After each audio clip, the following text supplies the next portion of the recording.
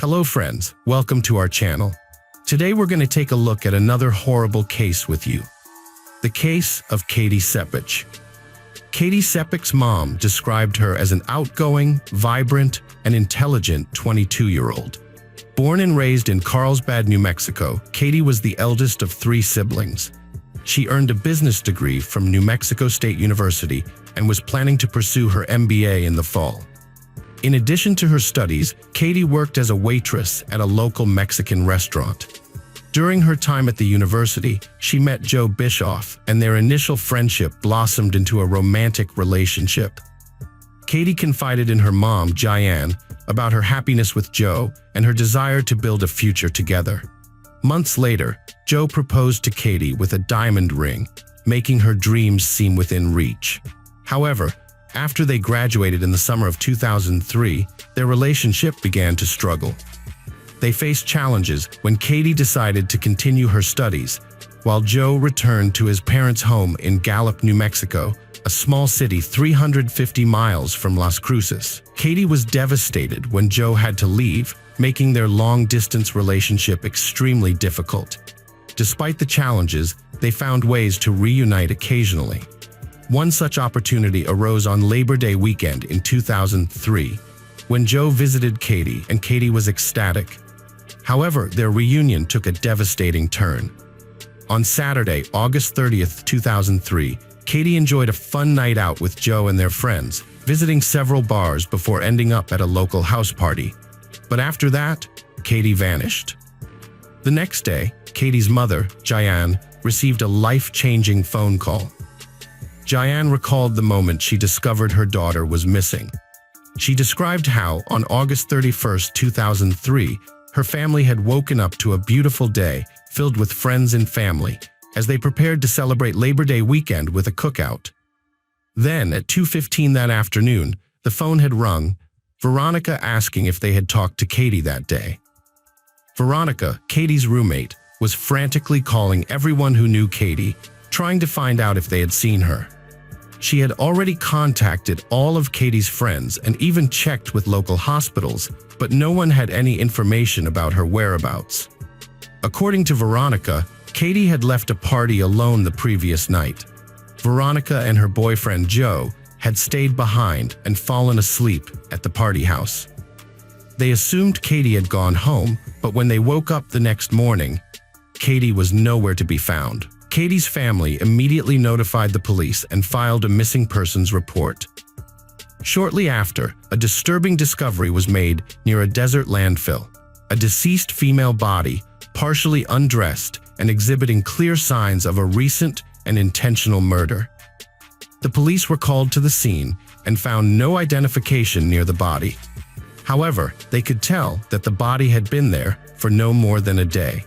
The victim appeared to be between 20 and 25 years old, and the fact that she was naked from the waist down suggested that the motive behind the crime was likely sexual. The victim's body showed signs of strangulation, leading investigators to initially suspect it as the cause of death. Upon closer inspection, they noticed no signs of struggle near the body, indicating that she likely died elsewhere and was moved to the desert landfill to delay discovery. Further examination revealed burn marks on her arms and back, suggesting the perpetrator attempted to dispose of the body or destroy evidence by setting her on fire. The police soon connected the dots between Katie's disappearance and the unidentified body. Katie's father was tasked with identifying the body at the morgue, an experience that left him and his wife, Gianna, shattered. The body was their daughter, Katie. The police's first step was to interview Katie's roommate, Veronica, and her boyfriend, Joe. It was unusual that they stayed at the party while Katie left alone in the middle of the night. However, Joe was uncooperative, claiming that Katie had left her belongings behind. The detective retraced Katie's likely route, knocking on doors and speaking with residents, hoping to gather information. Unfortunately, no one reported seeing or hearing anything unusual. However, one discovery suggested that Katie may have reached her house but never entered it. Katie left her house without her keys. The investigator found her shoes outside her bedroom window, suggesting she tried to sneak back in. It looks like someone attacked her at that moment, as evidenced by footprints in the gravel. Katie put up a fight, but sadly, her attacker was too strong. The police think the killer then took her body to a desert landfill and tried to burn. The investigation focused on the party Katie attended earlier that night, which about 40 people went to. It's possible someone followed her home and attacked her. Could it have been her boyfriend, Joe? The police interviewed everyone at the party and discovered something important that Joe hadn't mentioned. Katie saw him kissing another girl, which led to a fight and her decision to leave alone, forgetting her purse. Katie was furious and wanted to escape the party as quickly as possible. However, when the police first questioned Joe, he didn't mention the argument they had. He also didn't tell Katie's parents, who were wondering why she left the party alone, about the fight. Later, the investigators questioned Joe again, telling him they knew about the argument because Katie saw him kissing another girl. Joe admitted it was true. He claimed that after Katie left, he followed her in his car, but only drove up to her house and didn't go inside. He thought she was asleep because her bedroom light was off, so he returned to the party. It turned out Joe wasn't at the party when Katie was attacked. None of the partygoers could confirm exactly when Joe got back. He might have had time to commit the crime, take Katie's body to the desert, and return to the party. When the investigators questioned the party attendees, they found another suspicious detail. After returning to the party, Joe started calling Katie's cell phone, which was in her purse. He found the phone when it started ringing and knew it belonged to Katie. Despite this, Joe continued calling her phone until morning. The investigators were puzzled by Joe's behavior and wondered if he was trying to create an alibi or feign concern for his girlfriend, Katie. They wanted to question him further, but Joe refused to cooperate with the police. His absence from Katie's funeral only fueled their suspicion. The investigators needed to obtain his DNA sample and compare it to the DNA evidence found on Katie's body. The evidence included human skin cells discovered under her fingernails, which were identical in all 3 locations. However, getting Joe's DNA sample proved to be a challenge. He was out of town, and his parents had hired a lawyer who informed the police that Joe was refusing to provide a DNA sample. Looking at Joe's suspicious behavior, everyone was convinced he was hiding something and possibly involved in Katie's death. The police needed a legitimate way to obtain his DNA to confirm their suspicions, but it took time. While they worked on that, they also explored other leads, investigating similar cases to see if Katie was the only victim. The DNA samples found on Katie's body didn't match anyone in the national database. So, the investigators went back to the party where it all started. They asked all the male attendees to provide a DNA sample, and everyone agreed since they had nothing to hide. However, none of their DNA samples matched the one found on Katie's body, which led the investigators back to Joe. He was the only one who refused to provide his DNA, but the police found another way to get it. They discovered that Joe and Katie had been intimate in her bedroom before the party. The police took the bedsheet from Katie's room, hoping to find Joe's DNA, and they were successful. However, the male DNA found on the bedsheet didn't match the one found on Katie's body, clearing Joe of any involvement in her death. This raised another question. Why had Joe refused to cooperate with the police if he wasn't involved in Katie's death? After receiving the test results from the police, Joe's lawyer informed him that he was no longer a suspect. With this new information, Joe decided to cooperate with the police and provide a DNA sample. The subsequent test confirmed the initial finding: Joe was not involved in Katie's murder.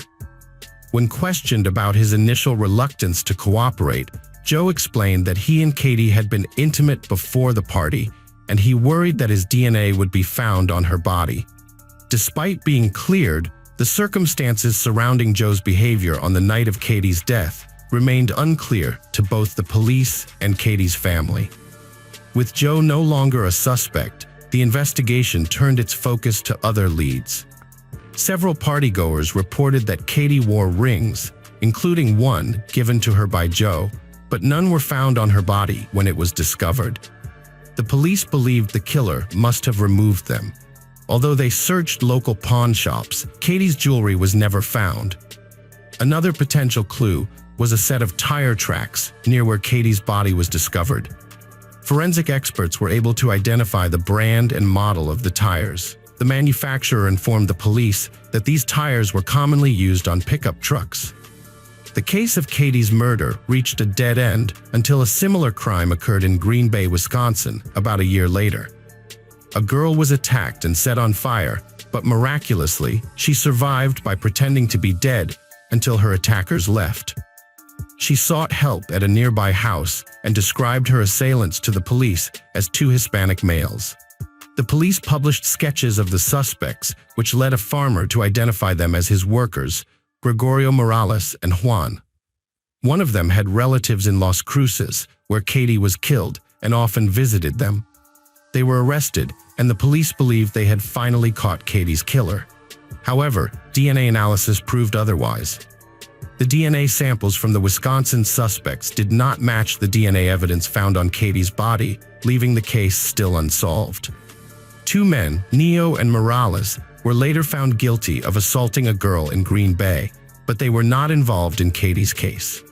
Neo received a 70-year prison sentence, while Morales got 50 years. This led to another dead end in the investigation. The police were left with only two pieces of evidence: tire tracks from the crime scene and DNA samples from the perpetrator. On December 18, 2006, a significant breakthrough occurred in the investigation when a lab discovered a DNA sample matching the one found on Katie's body. The DNA belonged to 26-year-old Gabriel Avila, a married father with a lengthy criminal record. Notably, Avila had been released from prison shortly before Katie's murder, and he had no prior connection to her. Just 3 months after Katie's brutal murder, Avila was arrested on November 13, 2003, for breaking into the apartment of two young women while wielding a knife. They managed to protect themselves by locking themselves in the bathroom and calling 911. Avila was subsequently convicted of aggravated burglary with intent to commit aggravated assault in March 2004. However, Avila was released on bond and promptly became a fugitive. Unfortunately, the system's flaws delayed his connection to Katie's death by 3.5 years. Avila evaded authorities for nearly a year before being apprehended in November 2004, thanks to a tip. He could have been arrested as early as 3 months after Katie's attack, but the imperfections in the system allowed him to remain at large. Avila was sentenced to 9 years in prison, but it wasn't until 2 years into his sentence that a DNA sample was finally tested. The results showed a partial match with DNA evidence found at Katie's crime scene, prompting investigators to take swift action. They quickly located the truck Avila had used to dump Katie's body and found a ring belonging to Katie in the center console. The detectives investigating Katie's case visited Avila in prison after discovering Katie's ring in his truck. Avila confessed to the crime, explaining that he had been in the area that night to buy illegal substances while his wife was away. He claimed to have seen Katie and offered her a ride, which she declined. Later, Avila encountered Katie again in front of her house. He claimed to have stopped and offered to help her, saying she was unable to get into her house because she didn't have her purse. Katie had planned to enter her bedroom through the window, but Avila attacked her, undressed her, and committed the crime. Avila removed Katie's clothes and then, fearing she would identify him, decided to strangle her. During the struggle, he grabbed her throat and found himself unable to let go. After killing her, Avila placed her body in his pickup truck and drove to a desert landfill where he dumped her body. Avila attempted to destroy evidence by setting Katie's body on fire, but this failed. A DNA sample was later taken from Avila and matched with evidence found on Katie's body in 2003. At the time, however, it was illegal in most states, including New Mexico, to take DNA samples from those arrested. DNA was only entered into the system after a conviction and subsequent imprisonment. This led Katie's parents to campaign for a law that would require those arrested for violent crimes to submit a DNA sample, which would then be added to the national database. They fought to have this law, named after their daughter, passed in all 50 states. Katie's Law, which was passed in New Mexico in 2006 with near-unanimous support, allows for the collection of DNA samples from individuals arrested for certain crimes. Thanks to the persistent efforts of Katie's parents, the law was made federal in 2010 and has since been adopted by over 31 states. The trial of Gabriel Avila started in 2017. During the trial, Avila apologized to Katie's family and expressed remorse. However, his lawyer asked the judge to be lenient, stating that Avila had shown remorse. On the other hand, District Attorney Susana Martinez argued that Avila only confessed after being confronted with DNA evidence more than 3 years after the case of Autumn Taggart. Autumn Taggart was a single mother living in Windsor, a city on the border between Michigan, USA, and Ontario, Canada. In 2018, Autumn and her 9-year-old son Gavin spent a Saturday with Gavin's father, Chris, from whom Autumn had amicably separated. They all went grocery shopping together, and later Chris dropped them off at their third-floor apartment. That evening, Chris left for his own home, and Gavin spent quality time with his mother, playing video games before bed. As he drifted off to sleep, he was awoken by a strange noise. Opening his eyes, he was startled to see an unknown man standing in his room. The man instructed Gavin to close his eyes and go back to sleep before disappearing into the hallway. Gavin's room was adjacent to his mother's, which was on the right-hand side of his room. Approximately a minute after the stranger left his room, Gavin heard his mother's scream. Overcome with fear, Gavin had never felt such terror before. The screaming eventually stopped, and an eerie silence fell over the apartment. Exhausted and shaken, Gavin eventually fell back asleep. The next morning, Gavin woke up and immediately went to his mother's room. Everything in the apartment was smashed and destroyed. Gavin found his mother lying on the bed. At first, he thought she was asleep, but when he saw the blood on her nose, he realized she was dead. This discovery shocked him. Gavin couldn't contain his emotions. He broke down in tears and decided to seek help. He entered his mother's room, took her phone, and messaged his father, Chris, via the Messenger app. Gavin sent a message saying that Autumn wouldn't wake up. Chris and his girlfriend immediately drove to Autumn and Gavin's home. Upon arrival, Chris got out of the car and saw his son standing behind a glass door on the 3rd floor. Since Chris didn't have an electronic key to enter the building, Gavin went downstairs to let him in. Chris asked Gavin to stay with his girlfriend while he checked on Autumn. When Chris entered the apartment and then the bedroom, he was met with a devastating sight. Autumn was lying pale and still. Autumn's body showed signs of severe trauma, with bruises on her face and body and a bloody nose. He immediately called 911, and police and paramedics arrived at the scene. Unfortunately, the paramedics were unable to save her, and she was pronounced dead. The police investigation began, and experts searched the apartment for evidence. A child specialist interviewed Gavin, who reported that a man had told him to go to sleep the night before. Gavin said he heard his mother screaming, but the scream stopped after a while. He described the man he saw in his room as a white male of average height with messy hair, who appeared disheveled, as if he had just gotten out of bed. Gavin estimated the man was slender, but not extremely thin. The autopsy revealed that Autumn's death was caused by strangulation, and forensic experts found evidence that she had been physically assaulted before her death. Additionally, the examination showed injuries in her genital area and the presence of male DNA on her body. Initially, the police considered the possibility that the killer was one of the building's tenants. However, Gavin reported that the man he saw on the night of the crime was not a familiar face. Furthermore, the investigation showed that the perpetrator not only needed an electronic key to enter the building, but also to enter Autumn's apartment. Yet, There were no signs of forced entry on the door to her apartment. The police initially considered two possibilities: that Autumn had let the perpetrator in herself, or that she had left the door unlocked. However, they soon discovered evidence that suggested the perpetrator had actually climbed to the third floor.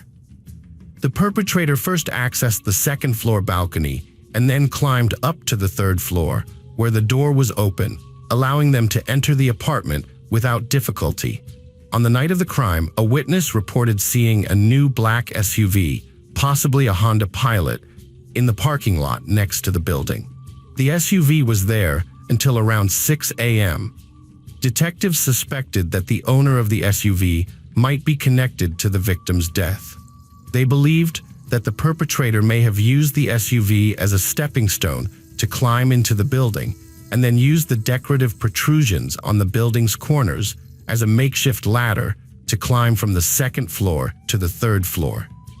The crime occurred at night, which made it easier for investigators to analyze mobile phone activity in the area where Autumn lived. One of the active phone numbers belonged to Autumn's neighbor, Michelle, who lived in the same building. During the initial police interview, Michelle claimed she didn't know anything about the crime.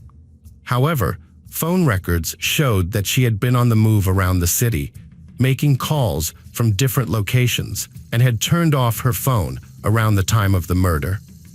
Although the exact location of Michelle's phone couldn't be pinpointed due to some margin of error, it was clear that she was either in or near her apartment at the time of the crime. The detectives suspected that Michelle was hiding something and decided to question her again. During the second interview, Michelle continued to deny any knowledge of the crime. However, the police warned her that withholding information could make her an accomplice to the crime. Faced with this possibility, Michelle began to open up. She revealed that a man named Jay had contacted her boyfriend and her around 2 a.m. on the night of the crime. Jay wanted to purchase an illicit substance and also hire an escort. To begin, Jay, Michelle, and her boyfriend went to an ATM where Jay withdrew cash. Michelle and her boyfriend then provided Jay with a portion of the substance, which Michelle admitted they were selling themselves. Later, Jay asked to buy more of the substance. Michelle instructed Jay to drive to the parking lot near her building, where she and her boyfriend planned to rob him. Upon arrival, the three of them used the substance together. Afterwards, Michelle and her boyfriend decided to flee. Before escaping, Michelle hid a bag of the banned substance in her genital area. This detail will become important later. Michelle reported that she and her boyfriend fled the scene, taking both the banned substance and a portion of Jay's money with them. They ran to the building's entrance and then proceeded to her apartment, where they locked themselves in, remained quiet, and kept the lights off. Jay was unable to enter the building because he didn't have an electronic key. From Michelle's apartment window, they observed shoe marks on the roof of Jay's car. The man left the scene around 6 a.m. Investigators believe that Jay attempted to enter the building to find the individuals who had stolen from him.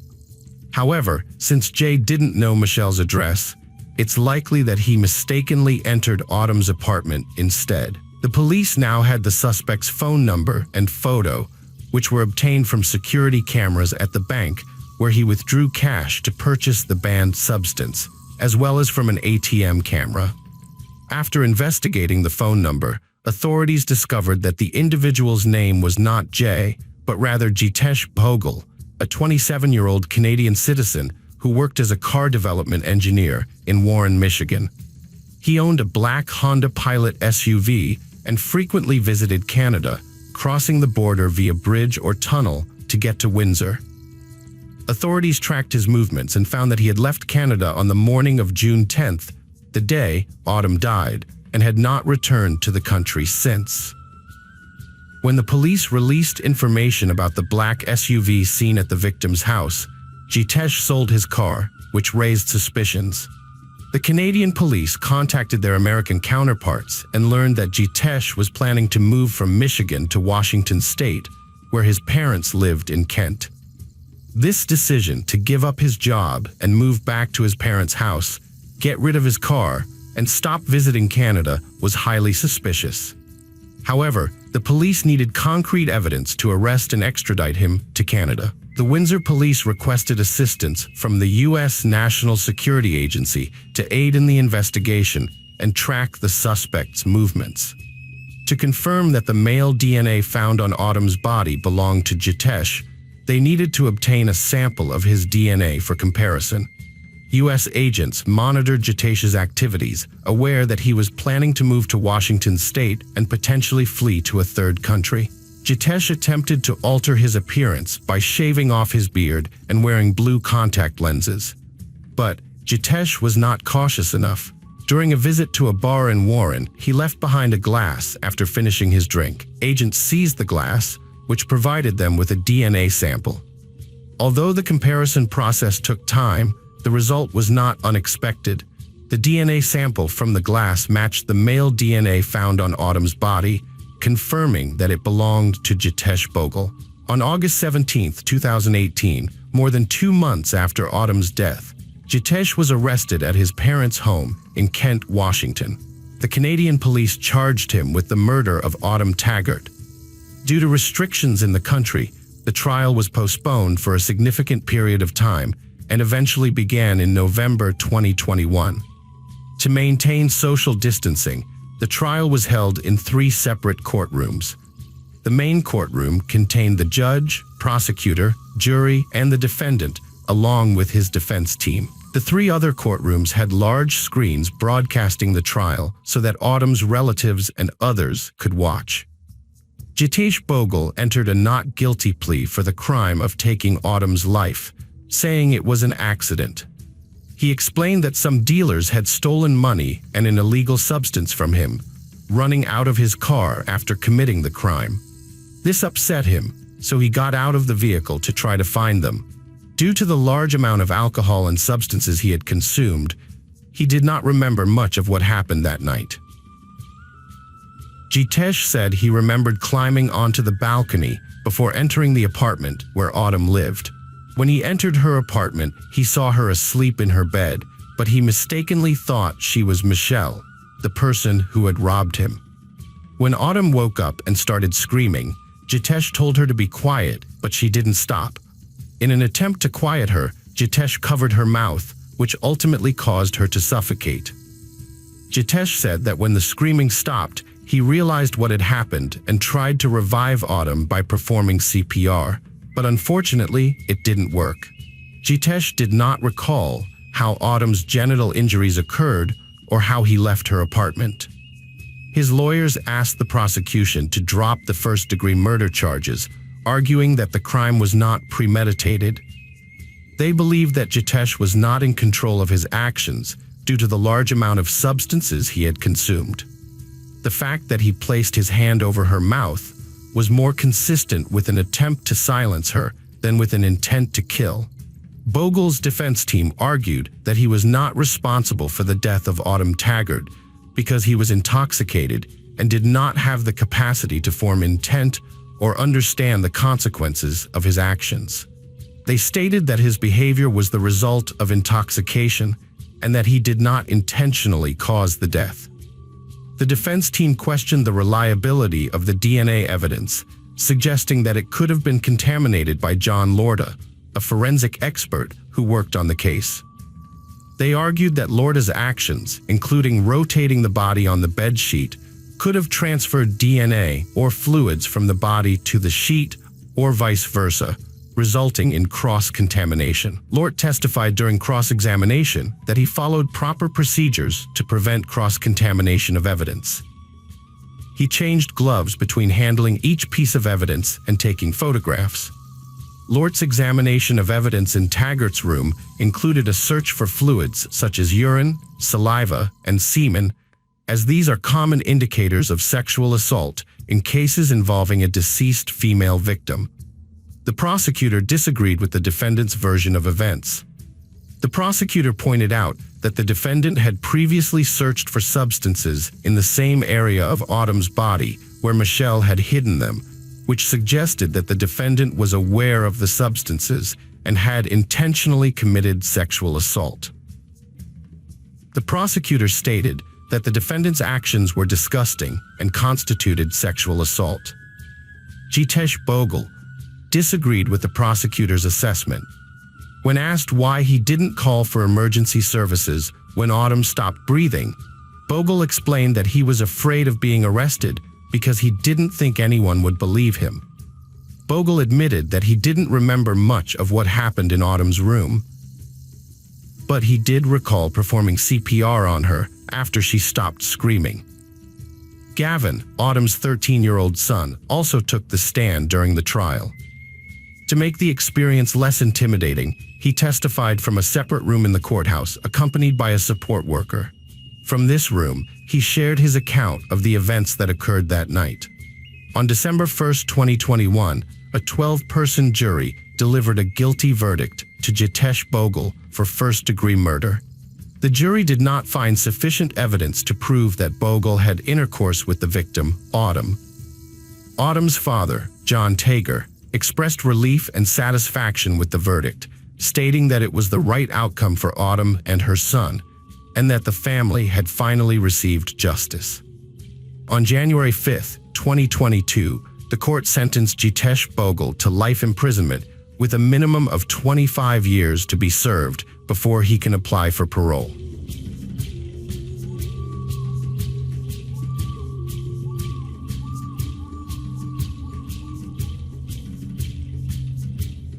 The case of Danielle Jennings.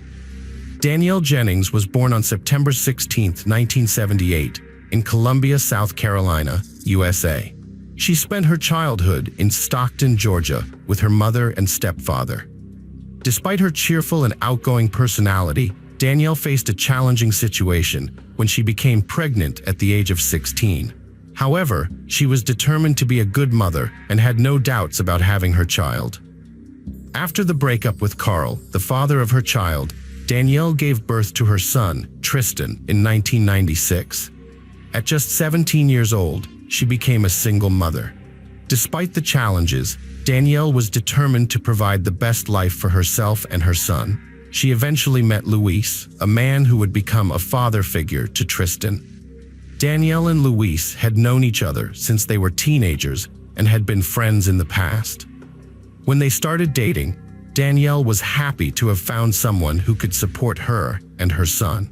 Luis took care of Danielle and Tristan, and she felt like her life was finally falling into place. They moved in together, and Danielle found a job at a landscaping company. She was proud of herself for taking this step and was glad to have found a sense of stability and security. In December 1998, Luis proposed to Danielle, and she happily accepted. At the time, Danielle's life was on the upswing. She had a wonderful son, was engaged to the man she loved, and had promising career prospects. However, her life was about to take a devastating turn. On March 15, 1999, Luis came home from work to find Danielle lifeless on their bed. Their son, Tristan, was at daycare that day. Luis immediately knew something was wrong based on the color of Danielle's skin. He called 911, and police arrived at their apartment in Norcross, Georgia. The initial information was that a woman had died and her fiancé had made the 911 call. This raised suspicions among investigators, as it is not uncommon for the partner to be involved in the death of their loved one. Luis reported the crime to the police at the apartment entrance, stating that the victim was 20-year-old Danielle Jennings. According to Luis, he found Danielle's body when he returned from work. She was lying face down on the bed, and when he turned her over, he discovered that she was dead. Luis immediately called 911. The police took Luis to the station for questioning, and investigators examined the crime scene. Danielle was lying on her back on the bed, fully dressed, with a ligature around her neck. The ligature was a stocking tied very tightly, indicating that the perpetrator left her no chance of survival. The stocking was tied at the back of Danielle's neck, suggesting that the perpetrator was behind her when she was strangled. The bed was disheveled, and one of the dresser drawers was open, possibly indicating that the perpetrator took the stocking from her drawer. Additionally, Danielle's purse had been rummaged through, with its contents dumped out. The police considered the possibility that the crime was a robbery that escalated into murder, but noted that valuable items such as cameras and jewelry remained untouched. The investigators considered the possibility that the perpetrator's goal was to steal from the apartment, but after encountering Danielle, decided to kill her to eliminate her as a witness. They also explored the possibility that the crime scene was staged, as the front door showed no signs of forced entry. After searching the surrounding area, they found no evidence. The sliding glass door leading to the backyard was locked and showed no signs of forced entry. Based on their findings, the investigators concluded that Danielle must have let the perpetrator involuntarily, or that the perpetrator had a key to the apartment. This led them to focus on Luis, Danielle's fiancé, as the main suspect during their questioning. Luis was very emotional about the situation, as romantic relationships can sometimes lead to intense anger and sad consequences. The interrogation began with questions about his whereabouts on the day of his fiancé's death. According to Luis, he spent the entire day at work, and the last time he saw Danielle was Danielle was when he left for work in the morning. They both left the apartment at 6:45 a.m., but Danielle returned to get something. Luis claimed that Danielle was worried about an important meeting with management that day and seemed a little distracted. He also mentioned that Danielle called him at 11:30 a.m. to ask if he wanted to go to lunch with her, but he refused because he had a lot of work to do. Luis tried to contact Danielle later that day, but she wasn't answering. He called her colleagues and learned that she had gone out for lunch but never returned. When he tried to call their home phone, Danielle didn't answer. This led him to leave work and check on her. When he arrived at their apartment, he noticed that the front door was unlocked, and he found a jar that made him nervous. During the investigation, Luis stated that they had a good relationship and were deeply in love. Luis expressed that he was depressed and felt that the police were wasting their time by interrogating him, as he believed the real culprit was still at large. Detectives interviewed Danielle's friends and family, who all confirmed that Luis could not harm Danielle, as they were planning a wedding and were in love. Luis's co-workers also confirmed that he was at work all day, which ruled out any possibility of his involvement in the crime.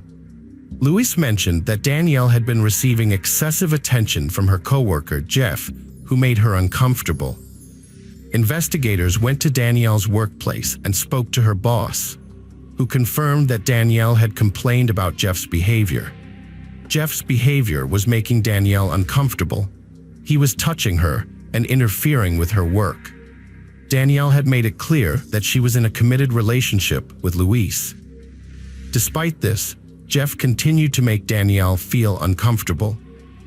The situation was also complicated by the fact that Jeff was 40 years old, while Danielle was just 20. Danielle's co-workers reported that she left the office for lunch, but never returned, providing investigators with a timeline for when the attack occurred. This raised suspicions about Jeff, who was absent from the office during the same time frame. The investigation explored the possibility that Jeff may have attacked Danielle after she opened the front door to her home. This could explain why there were no signs of forced entry. Jeff was brought in for questioning to discuss his relationship with Danielle. During the questioning, Jeff acknowledged inviting Danielle to lunch, but denied any involvement in Danielle's death. He did admit to liking Danielle, but stated that he didn't engage in any inappropriate behavior that would justify her complaint against him. Jeff claimed that he couldn't have attacked Danielle because he had an alibi. According to Jeff, he was with another colleague all day, working on various issues and driving around the city together. This meant that it was impossible for him to have committed the crime. Jeff identified a co-worker who he claimed was with him at the time of the crime. Investigators met with this co-worker, who confirmed Jeff's alibi, thus ruling out Jeff from suspect. The autopsy report provided some insight into the circumstances of Danielle's death. The cause of death was asphyxia, indicating that Danielle was attacked by surprise. Investigators concluded that the perpetrator approached her from behind and tightened the stocking until she lost consciousness. The perpetrator then tied the stocking in a knot to prevent Danielle from regaining consciousness. The lack of defensive injuries on her body suggested that Danielle did not resist the attack. In fact, the only injury on her body was the ligature mark on her neck, indicating that she may not have even seen the face of her attacker. The police investigation at the crime scene did not yield any evidence that could help identify the perpetrator. Despite a thorough search, no shoe prints, DNA, fingerprints, or hair were found. As a result, there was no evidence to send to the laboratory for analysis. Without any new leads, the police returned to their initial theory that the crime was a robbery gone wrong. The police asked Luis to re-examine the apartment with them to see if he could notice anything unusual. After a thorough examination, Luis reported that nothing seemed to be missing from the apartment and all items were in their usual places. However, a few days later, Luis contacted the police to report that he could not find Danielle's wedding ring. Luis also pointed out another unusual detail to the investigators. The stocking used to strangle Danielle did not belong to her. According to Luis, Danielle did not wear stockings, which suggested that the perpetrator had brought the stocking with them. One of her friends mentioned her ex-boyfriend Eddie, whom she started dating while pregnant. Eddie was known for his violent behavior, and as the relationship progressed, he became increasingly controlling and domineering. He eventually forbade her to see her friends and family.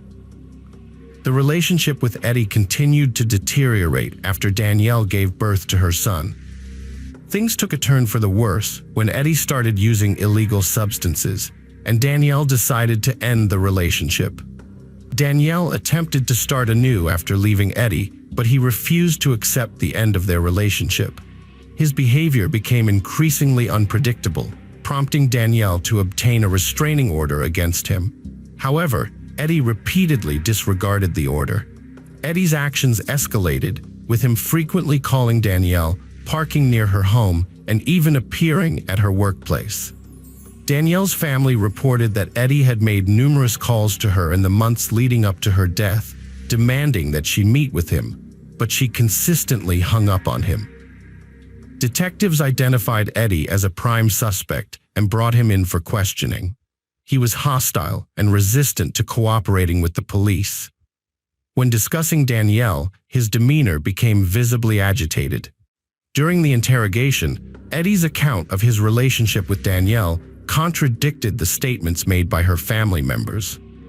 He claimed to have never been violent towards her and denied any involvement in her death, stating that he had not spoken to her in over a year. The investigators suspected that Eddie was lying to them. To verify his alibi, they checked Danielle's phone call history and discovered that Eddie had been in contact with her in the months leading up to her death. The police needed to confirm Eddie's whereabouts at the time of the attack. Eddie claimed to have been working out of state as a tow truck driver at the time of Danielle's death. He stated that he was miles away from the Ashley Lakes apartments where Danielle lived. His employer corroborated Eddie's story, providing receipts from a motel and gas stations that suggested Eddie was indeed out of state. However, 3 days after Danielle's death, the police received a new lead that changed the direction of the investigation. During an interview with residents of Ashley Lakes apartments, a woman shared a disturbing incident that had occurred a week before Danielle's death. She reported that she had been awoken by a knock on her door, but when she looked through the peephole, no one was there. She returned to bed, but a minute later, she heard her front door slam shut. She reported an incident where a maintenance man entered her apartment without permission. She stated that he was looking at her rather than performing his job, which made her feel uncomfortable.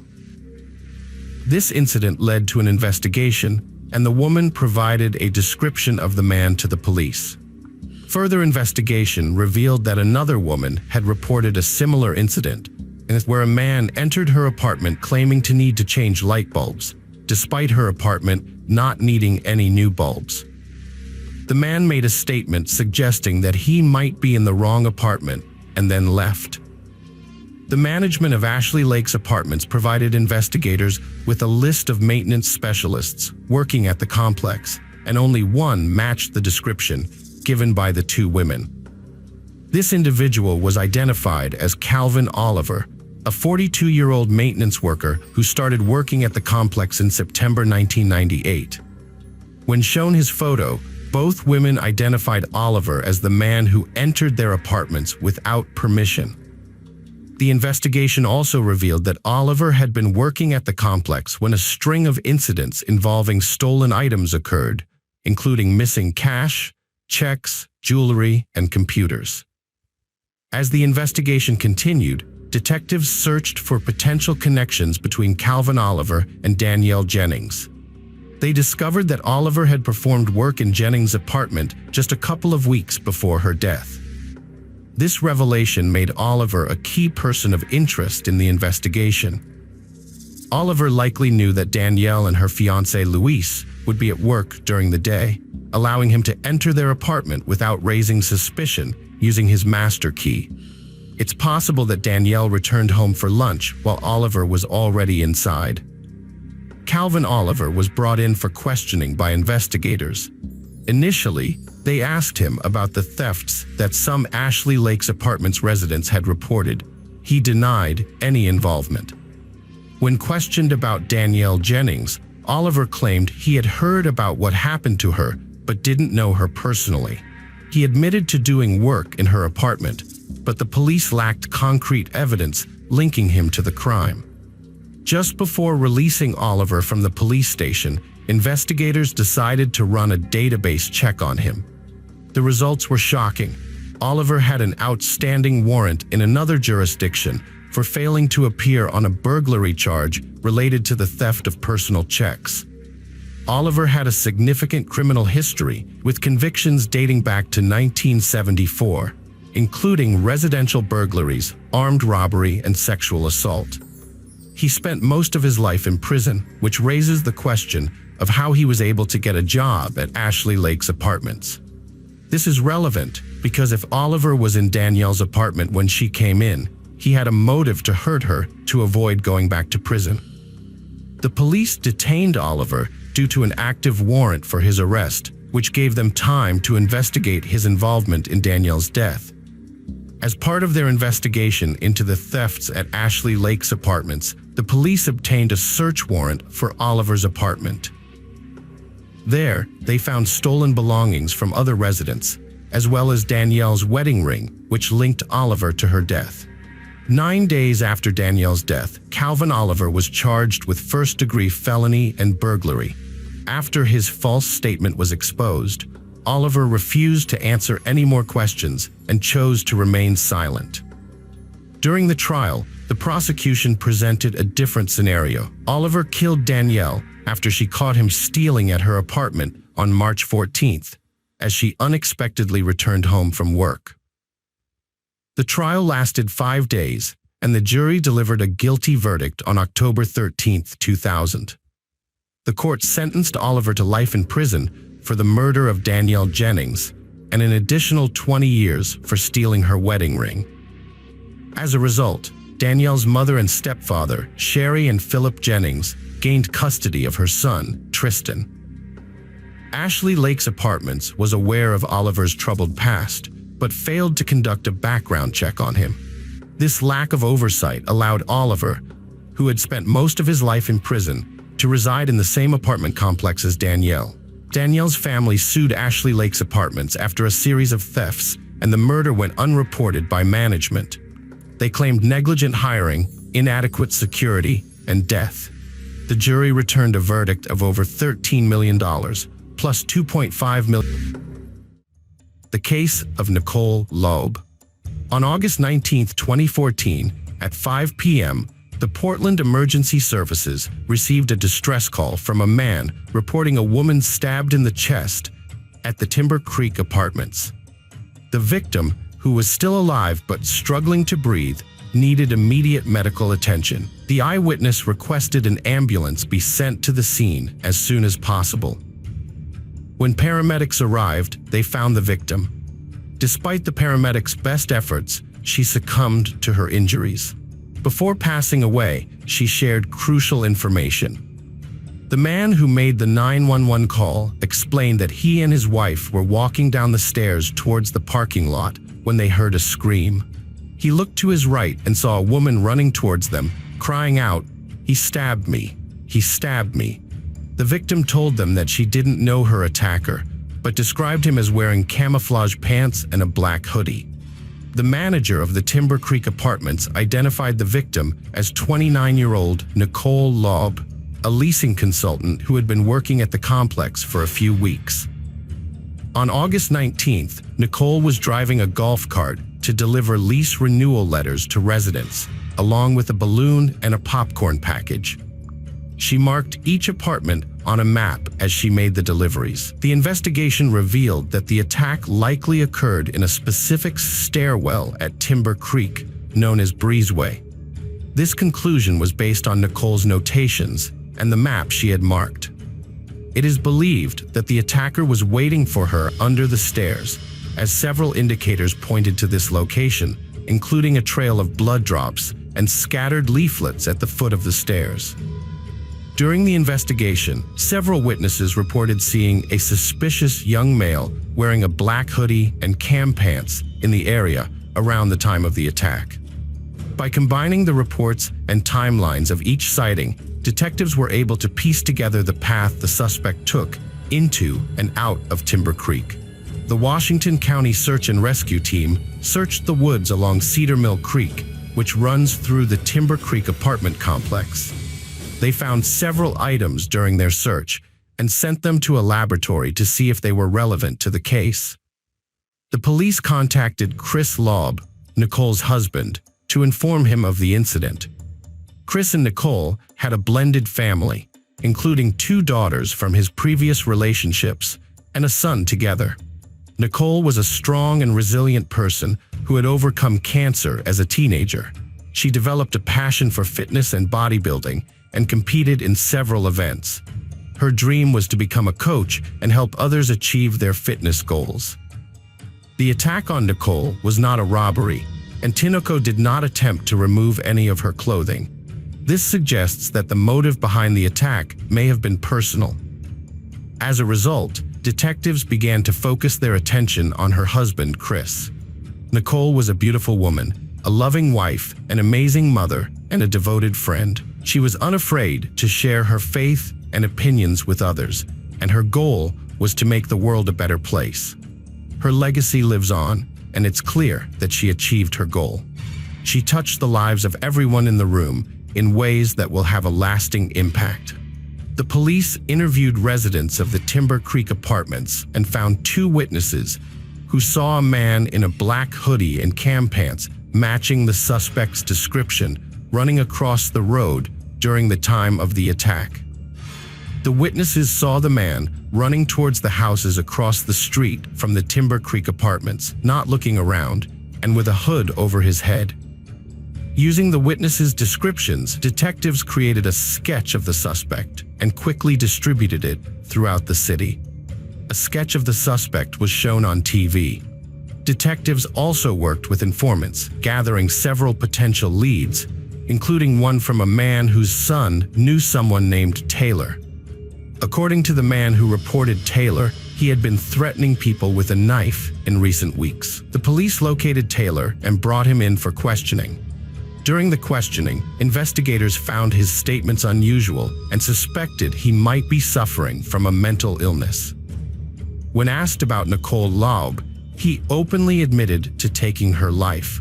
However, Taylor's confession was inconsistent, repeating information from the news and inventing unrelated details.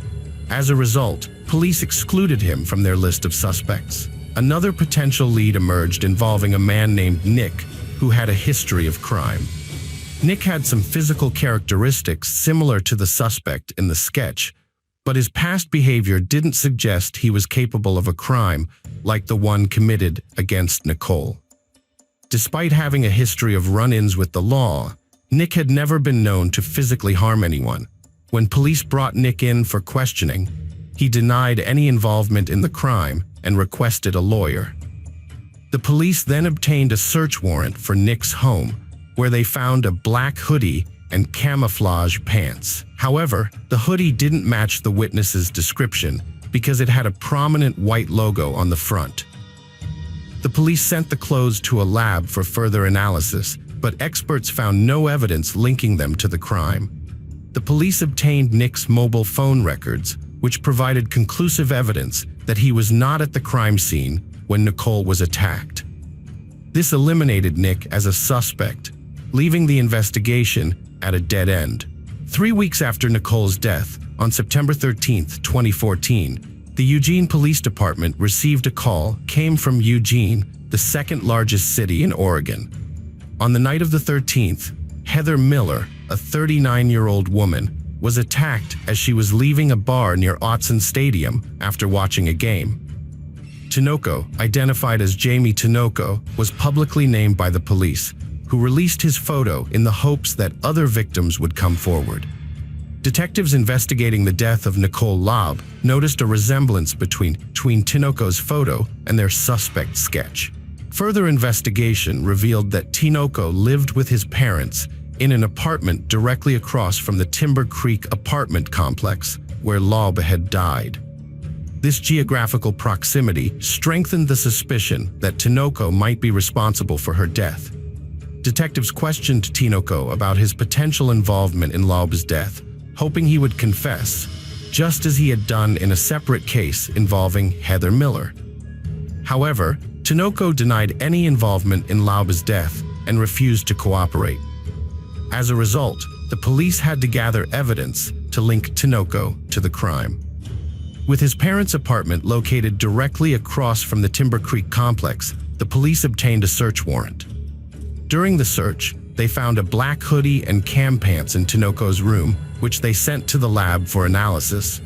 The lab report results with no DNA match found. While there's no concrete evidence linking Tinoco to Nicole's death, he's clearly responsible for attacking Heather Miller and showed no remorse, even taking pride in his actions during his trial.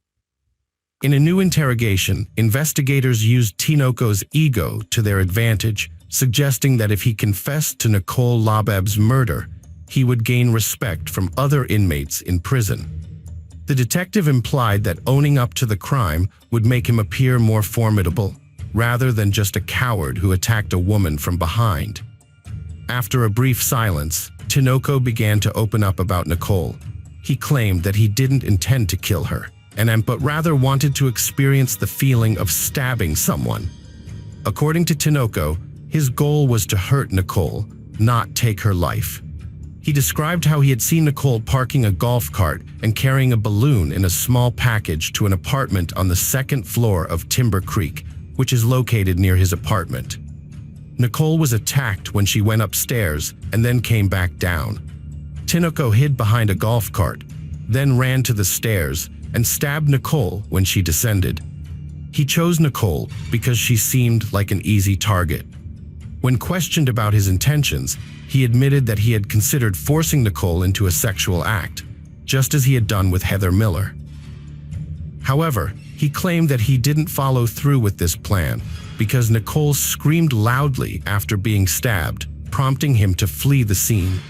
During a reenactment of the crime, Tinoco demonstrated how he escaped from the scene. Chris Laub, Nicole's husband, was shocked to learn that the person responsible for his wife's death was only 17 years old.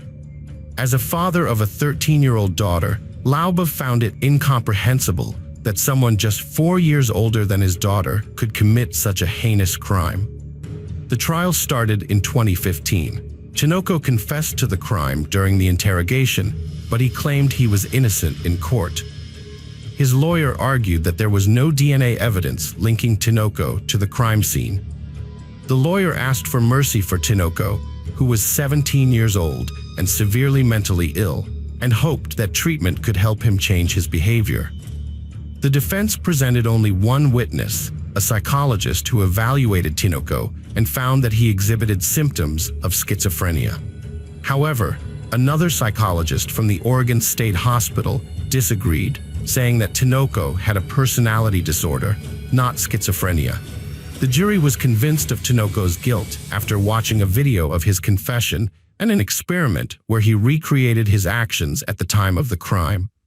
Jamie Tinoco provided details during a reenactment of Nicole Laub's crime that only the perpetrator would know. This led to a guilty verdict on all counts in 2017. The jury was tasked with deciding Tinoco's sentence, choosing between life without parole or life with the possibility of parole after 30 years. However, they found insufficient mitigating circumstances to warrant the option of parole, resulting in a sentence of life without parole. Before the official sentencing, Circuit Judge Kirsten Thompson allowed Tinoco to speak. With his attorneys by his side, Tinoco apologized and asked for forgiveness. Chris Laub, Nicole's husband, recalled that Tinoco's family approached them after the sentencing to offer condolences and apologize. However, in 2021, the Oregon Court of Appeals overturned Tinoco's conviction, citing changes in juvenile laws. At the time of the crime, Tinoco was automatically referred to adult court due to the nature of the offense. New reforms now allow for offenders between 15 and 17 years old to be tried in juvenile court, rather than being automatically referred to adult court. A new law requires prosecutors to request a hearing to decide if a juvenile's serious crime case should be moved to adult court. This change affects the overturned conviction of Tinoco in the Nicole Laub case. Although Tinoco remains in prison, his defense may try to reduce his sentence if he's retried and reconvicted.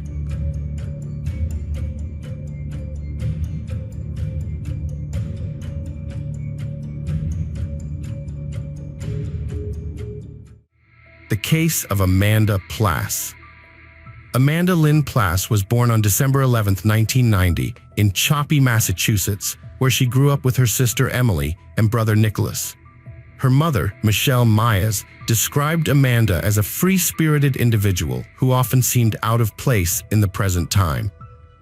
In 2011, Amanda was working as a waitress at a local restaurant in Choppy and was in a relationship with a 27-year-old carpenter named Seth Green. Tragedy struck on August 26, 2011. Seth called 911 and reported that he had found Amanda lying unresponsive in the kitchen of her apartment. When police and paramedics arrived, they found that Amanda was already deceased from multiple stab wounds to her chest, throat, and abdomen. The scene was immediately cordoned off and investigations were initiated. Seth was found sitting on the porch, visibly distressed and emotional. Detectives carefully searched Amanda's apartment for evidence, but the perpetrator had managed to escape the scene.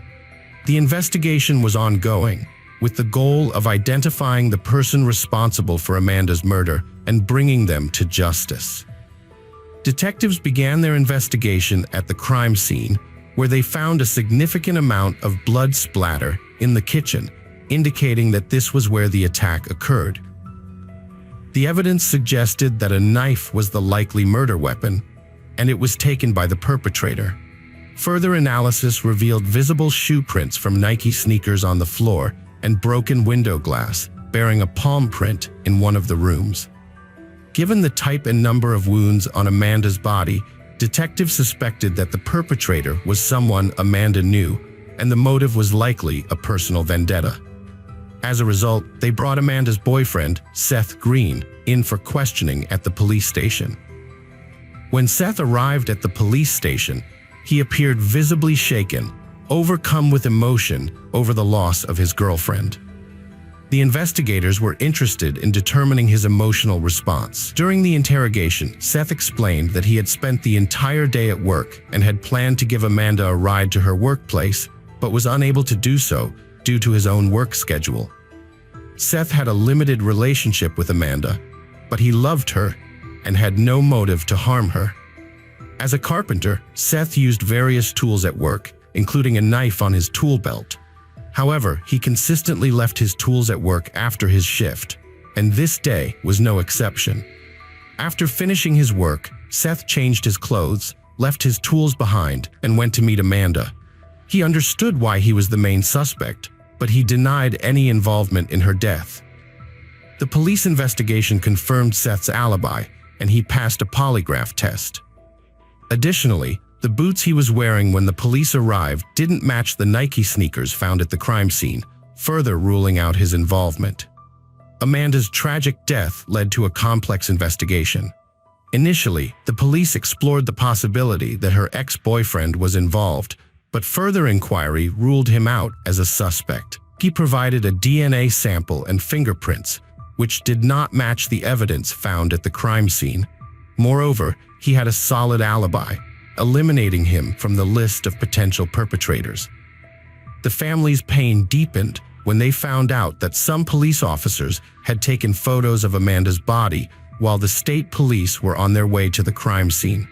These officers shared the disturbing images with other officers and civilians, breaking the family's trust with the authorities and adding to their emotional pain. The case remained stagnant for approximately 2 years until investigators decided to review the evidence again. During this review, a crucial clue was discovered on a dry erase board in Amanda's bedroom. The message, "Dennis was here 8/11, had gone unnoticed until then. Considering the date, this message became significant. It was just 15 days before Amanda's body was discovered in her apartment. The revelation sparked questions. Who was Dennis, and was he connected to Amanda's death? The police had not come across this name throughout the entire investigation. Detectives analyzed Amanda's phone records and social media posts to see if she had any connections to someone named Dennis.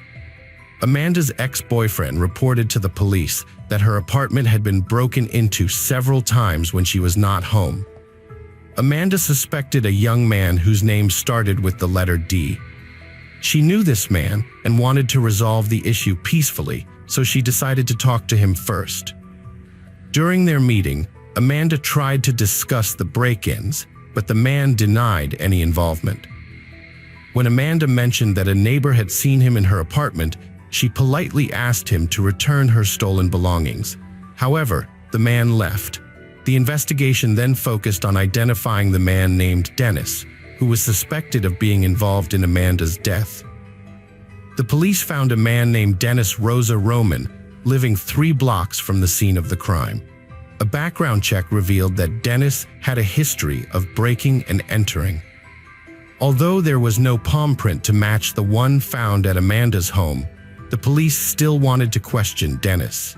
They located him in Westfield, Massachusetts, and invited him to the station for an informal conversation.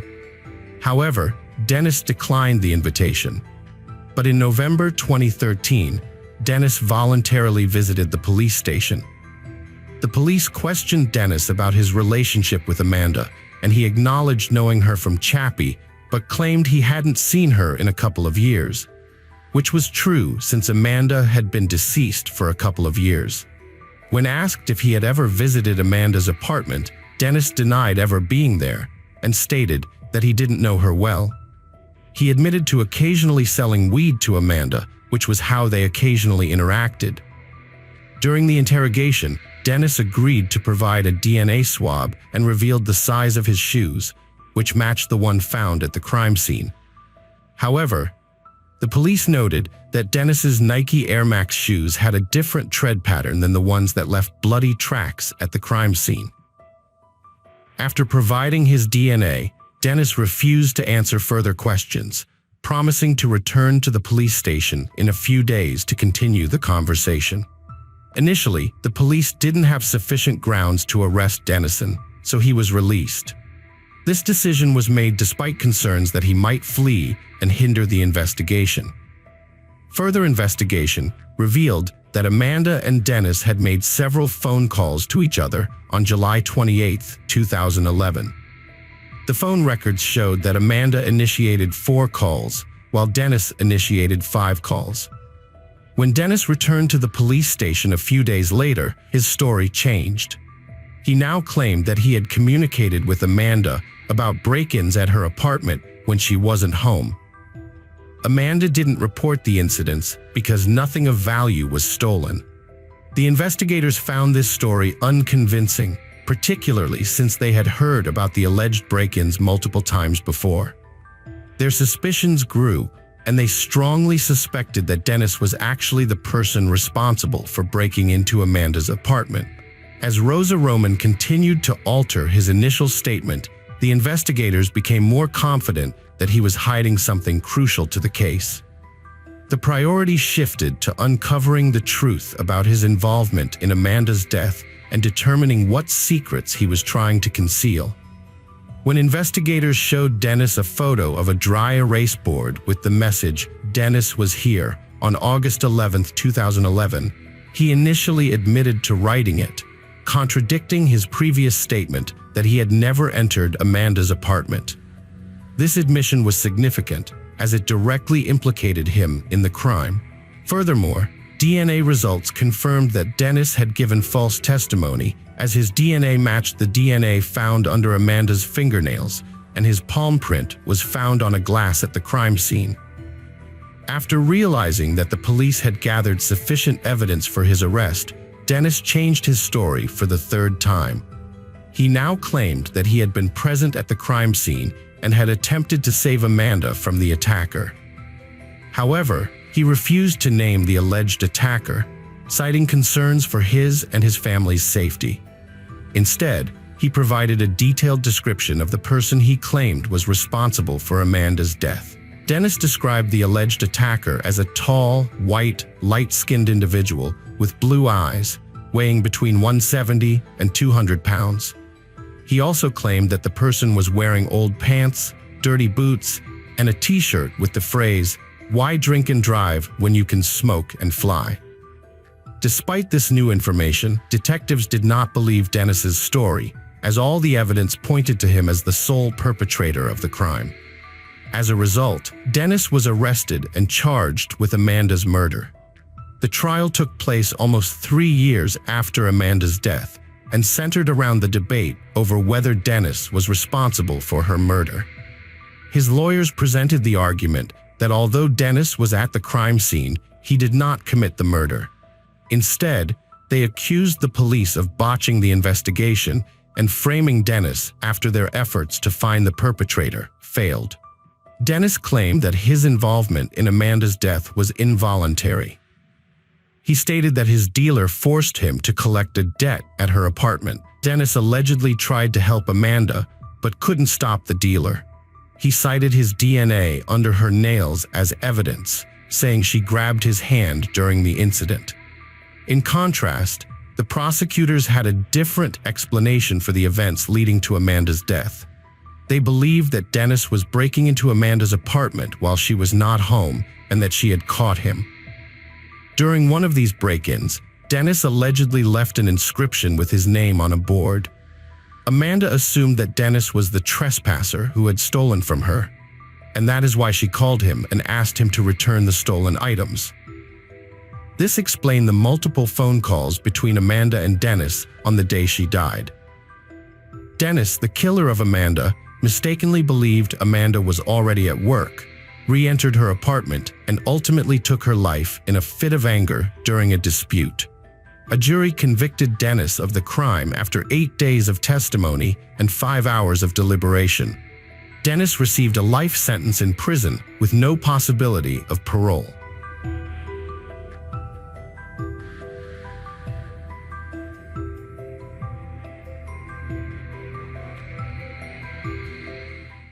The case of Christina Ann and Thompson Harris.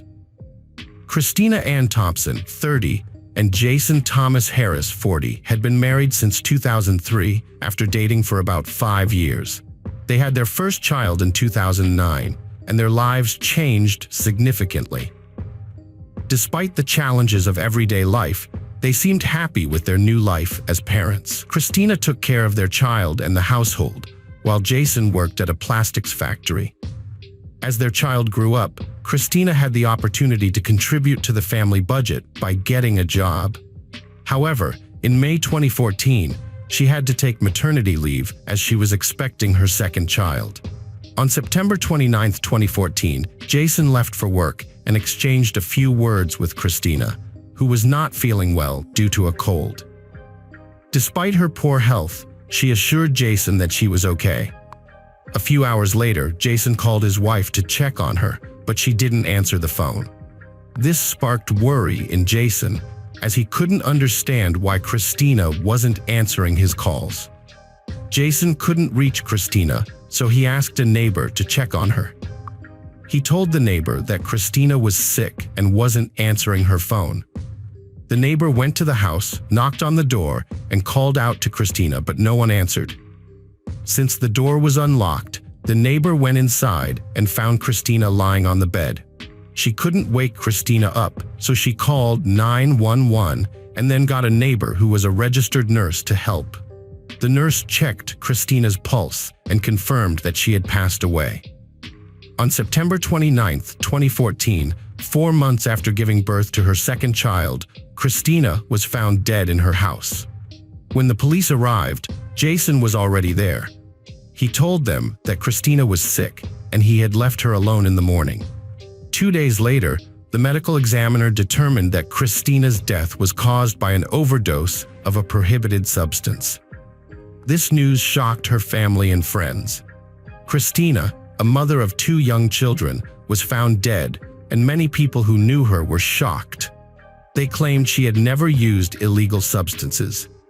Her mother, Kathy May, reported to the police that Christina was fine when she saw her the day before her death, contradicting her husband Jason's statement that Christina was struggling with a cold.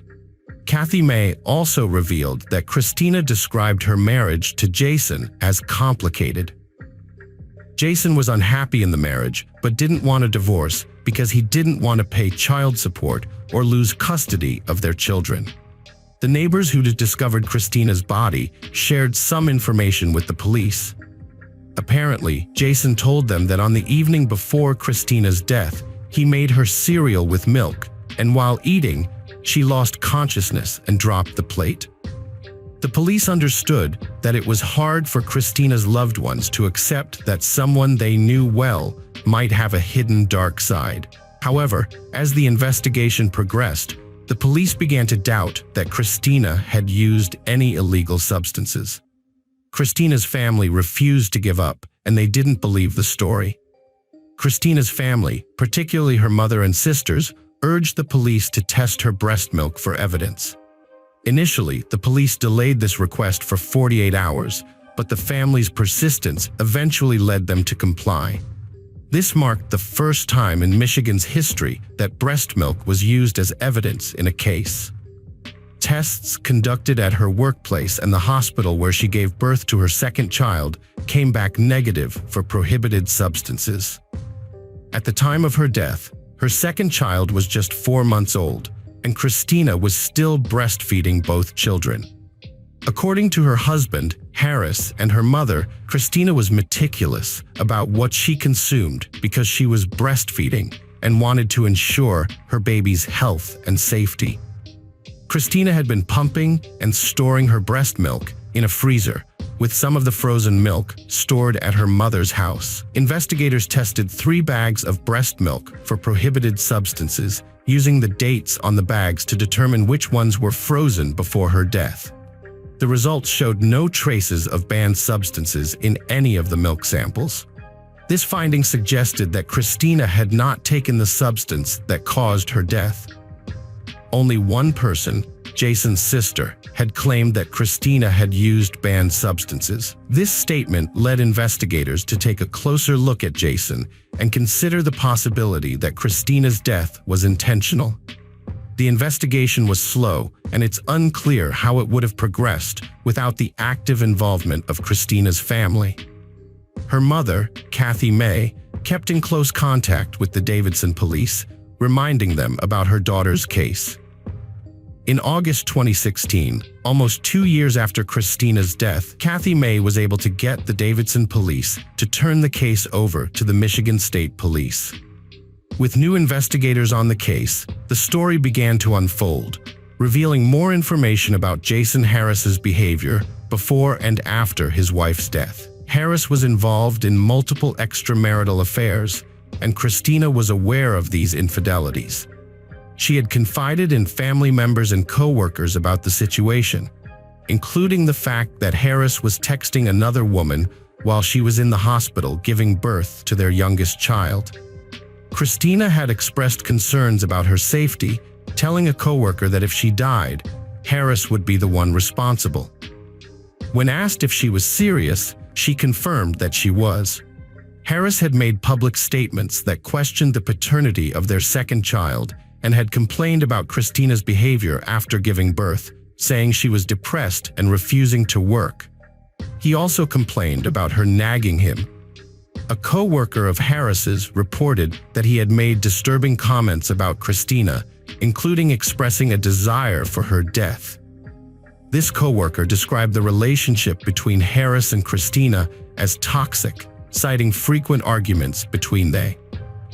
The most alarming aspect of this case is that Harris was open about his desire to get rid of Christina, and he even took steps to harm her.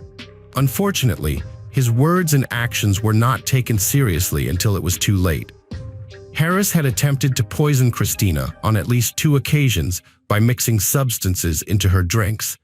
Fortunately, Christina was able to detect the unusual taste and avoided drinking the beverages. Harris asked a co-worker for a substance that would not affect the taste or smell of food and drinks, explaining that he wanted to poison Christina so she wouldn't feel anything. When he told another co-worker that Christina didn't drink the water with the substance because it tasted funny, the co-worker refused to give him more pills. A co-worker testified that Harris told him he wanted to stop Christina from nagging him, but the co-worker thought he was joking. Harris also told a co-worker that he had hired someone to kill Christina, but the person was arrested before they could carry out the task. Harris then asked the co-worker to kill Christina in exchange for $10,000, which would be paid from a $100,000 life insurance policy Christina had through her employer. The co-worker refused the offer, believing that Harris was just venting his emotions and that the offer to kill Christina was a joke. He remembered the conversation as Harris saying something like, "I'm tired of her. I'm going to get rid of her." Back to the case, the 911 operator asked the neighbor who found Christina's body if there were any needles at the scene, but the neighbor did not see any. The neighbor, a registered nurse, testified that Christina's body was cold and stiff, had no pulse, and had a white foamy substance coming from her mouth. The neighbor did not attempt to resuscitate Christina because she was already dead. The paramedics who responded to the scene confirmed that Christina was dead. Harris told his supervisor that he had asked a neighbor to check on Christina and that he had to go home because she was unresponsive. However, witnesses reported that Harris did not appear concerned or in a hurry when he arrived at the house. Harris entered the house without speaking to the neighbor he had asked to check on Christina. Later that morning, Harris contacted Christina's supervisor at work and informed her of Christina's death. He also inquired about collecting the $100,000 life insurance policy benefit that Christina had through her job. One of the women Harris was in a relationship with told investigators that Harris contacted her on the day of Christina's death and said that his wife had died from taking too much of a banned substance. This suggests that Harris knew the cause of Christina's death before the medical examiner's report was released. Harris shared some details about the night before Christina's death, including her restless sleep, frequent coughing, and unusual comment about the chemical taste of her water. He later visited her workplace to inquire about life insurance proceeds, collecting a $20,000 death benefit and raising suspicions with his actions. A mistress also moved in with him and his children, either before or after her funeral. The mistress stated that Jason Harris's adult children from a previous marriage moved into the house just days after Christina's death. Police also found that Jason Harris had bought an airline ticket to Rhode Island 9 days after Christina's death to visit a woman he had exchanged over 5,800 texts with. The county medical examiner, Dr. Brian Hunter, submitted post-mortem blood and urine samples for testing. Although the test results were consistent with a lethal dose of the substance, there was no evidence of how the substance was administered, as there were no injection marks on her body and no powder residues or rolling paper were found near the scene of her death. Michigan State Police took over the investigation in 2016. Dr. Hunter changed the manner of death from accidental to homicide after a wrongful death action. Jason Harris was charged with first-degree murder and others. His bail was denied. Harris pleaded not guilty and will contest the charges. The prosecution eliminated the possibility of injection as the cause of death because there were no injection marks or a needle found at the scene. Dr. Judge testified that it was unlikely the substance was inhaled through the nose because there was no evidence of a rolled dollar bill or paper used for snorting. When given the opportunity to speak, Jason Harris did not apologize or express remorse. Instead, he claimed he was innocent. The jury did not believe his claims and found him guilty of the charges against him. On November 17, 2021, the jury delivered a guilty verdict for 47-year-old Harris. 3 weeks later, the court sentenced him to life in prison without the possibility of parole.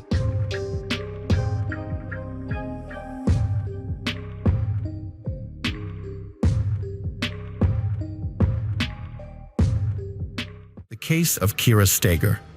Kira Steger was born on November 19, 1982, in Des Plaines, Illinois, to parents Marcy and Jay Steger. They remembered her as a vibrant, dedicated, and kind-hearted person. At the time of her disappearance, Kira worked at 2 stores in the Mall of America, Wet Seal and Delia's. Her co-workers were not only close friends but also like family to her. Kira had a remarkable ability to recognize people's hidden strengths and had a promising future ahead of her. However, her life took a tragic turn when she mysteriously vanished on February 21, 2013. On the day she disappeared, Kira had a shift at work and was looking forward to a dinner date with her husband, Jeffrey Trevino, at a nice restaurant after her shift ended.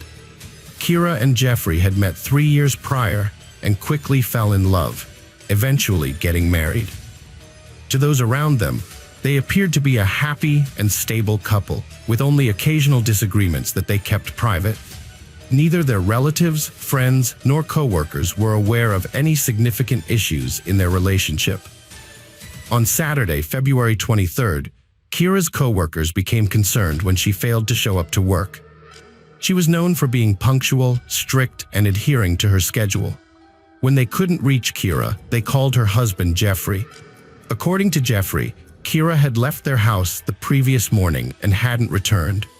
While this wasn't entirely unusual, as Kira would occasionally spend the night at a friend's or relative's house without warning, the severe snowstorm that day was a cause for concern.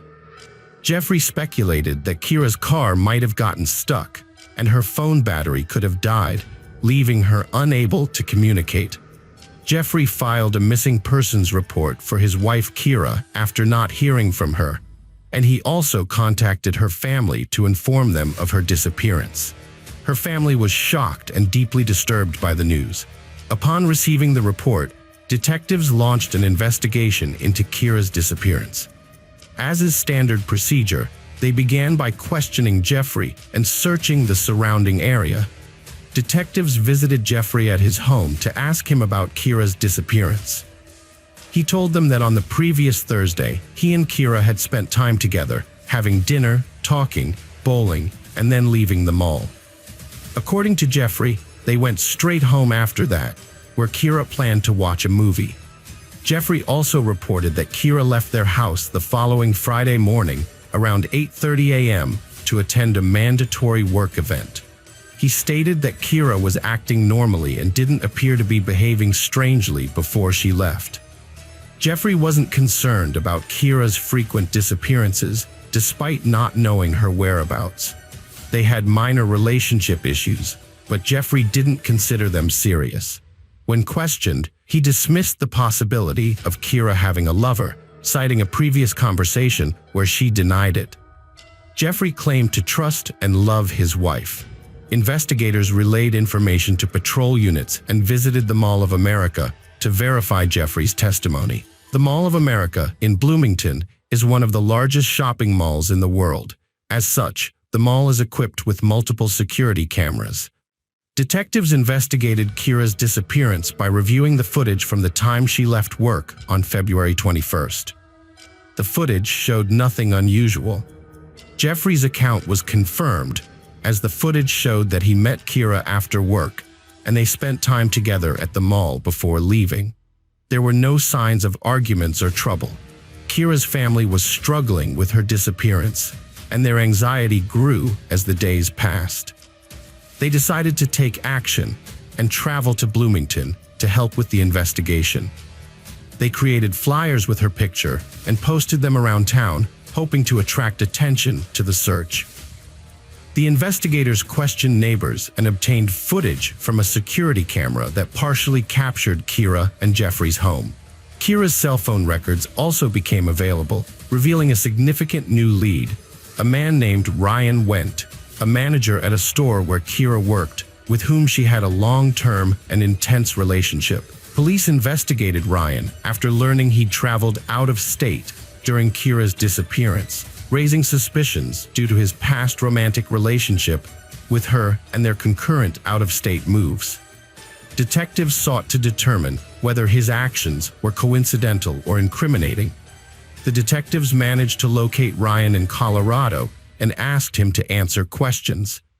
During the questioning, Ryan stated that he had last been in contact with Kira via text messages while driving through South Dakota. He said these messages were sent shortly before Kira disappeared. The police analyzed the timing of these messages and discovered that Kira had been texting with Ryan while she was having dinner with Jeffrey. It was clear that Kira was distancing herself from Jeffrey. The investigators examined Ryan's phone and credit card records to verify his location. Their analysis indicated that Ryan was indeed out of state that evening and had no connection to Kira's disappearance. Based on this information, Ryan was eliminated as a suspect. Further analysis of the messages revealed that Kira had been texting with Ryan even after she returned home with Jeffrey. However, her phone activity ceased at 11:44 p.m., and she has not been active since. A team of investigators reviewed video footage from a surveillance camera at Kira's neighbor's house.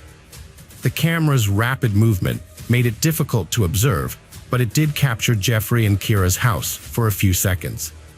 According to Jeffrey, they returned home after dinner and bowling, watched a movie, and went to bed. However, the footage showed Kira's car backing into the yard at 2 a.m. and driving away, despite the poor video quality and constant motion. Jeffrey claimed he drove to the gas station to fill up Kira's car, as she had asked him to do before her commute the next day. His alibi checked out, as he was indeed seen at the gas station around 3:30 a.m. However, after leaving the gas station, he didn't return home. Instead, he headed towards the highway, but his exact destination is unknown. Although a neighbor's camera didn't capture him returning home, it's possible he may have arrived when the camera was facing a different direction. Kira's Chevrolet was seen leaving her residence at 9:21 a.m., but the driver's identity couldn't be determined. A missing person report was filed on February 23rd. On February 25th, police received a call about a suspicious vehicle near Kira's workplace. The vehicle had been parked in a multi-story parking lot for several days and was found with suspicious red smudges on the trunk lid. Kira's white Chevy was found with signs of a tragic event, including a few small bloodstains. Her purse, containing divorce court forms, was recovered from the vehicle. A rolled-up trunk mat with dark stains, later confirmed to be her blood, was discovered behind the car. The car left the house at 9:21 a.m. and was captured on camera at the mall 20 minutes later. Unfortunately, there was no camera in the parking lot where the car was eventually found, but there was a camera that captured footage of the path leading to the car. After reviewing the footage, detectives noticed a man wearing a hoodie, which was not unusual given the cold weather, walking after the car had entered the parking lot. the man crossed the street and approached a taxi stand, where he had a brief conversation with a driver before getting into the car and driving off. The police were able to identify the taxi company and determine which car the man had ridden in by tracking the time of the interaction. Since the cabs were equipped with GPS tracking devices, the police were able to determine that the man ended his trip a block away from Kira and Jeffrey's house and paid for the ride in cash before getting out of the car. As the cab drove away from the neighborhood, it was caught on camera by the same surveillance camera that had partially captured Kira and Jeffrey's residence. 2 minutes later, a man wearing a hoodie with a distinctive white logo entered the camera's frame. Although the poor video quality made it hard to discern his face, investigators suspected that the man was likely Jeffrey, given that Kira was missing and the man with the hooded sweatshirt was seen entering Kira and Jeffrey's house. Law enforcement officers executed a search warrant and visited the house, finding numerous dark red stains in the bedroom, including nearly 100 on the mattress. After rearranging and cleaning the room, investigators used luminol to reveal additional stains on the carpet that were not visible to the naked eye. The stains, which originated in the bedroom, were confirmed to be Kira's blood, leading investigators to believe she was likely no longer alive. A search of Jeffrey's car found no blood or signs of a struggle, but a gas station receipt indicated a purchase was made with his card 1 hour and 40 minutes before Kira's car was abandoned. Detectives went to the gas station to review the security footage. The footage showed Jeffrey filling up his car and then going inside to withdraw cash from an ATM. This gave them a clear view of Jeffrey's face and revealed a logo on his jacket that matched the one seen on the man in the earlier footage. Based on this new evidence and the evidence found at the house, 39-year-old Jeffrey Trevino was arrested. He was taken to the police station for questioning and became the main suspect. Jeffrey contacted his attorney during the interrogation and was advised to remain silent. The police had enough evidence to charge him, but needed to find Kira's body to prove his guilt. After months of searching by the police, Kira's family and volunteers, a suspicious bag was found by the side of the road at Keller Lake, near Trevino's house, as the snow began to melt in late March. A bag containing a bloodied pillow, shirt, and bra was discovered, and forensic analysis revealed that the items had Kira's DNA on them. Although the search of the lake was hindered by the presence of ice, divers searched the water body, but unfortunately, no remains were found.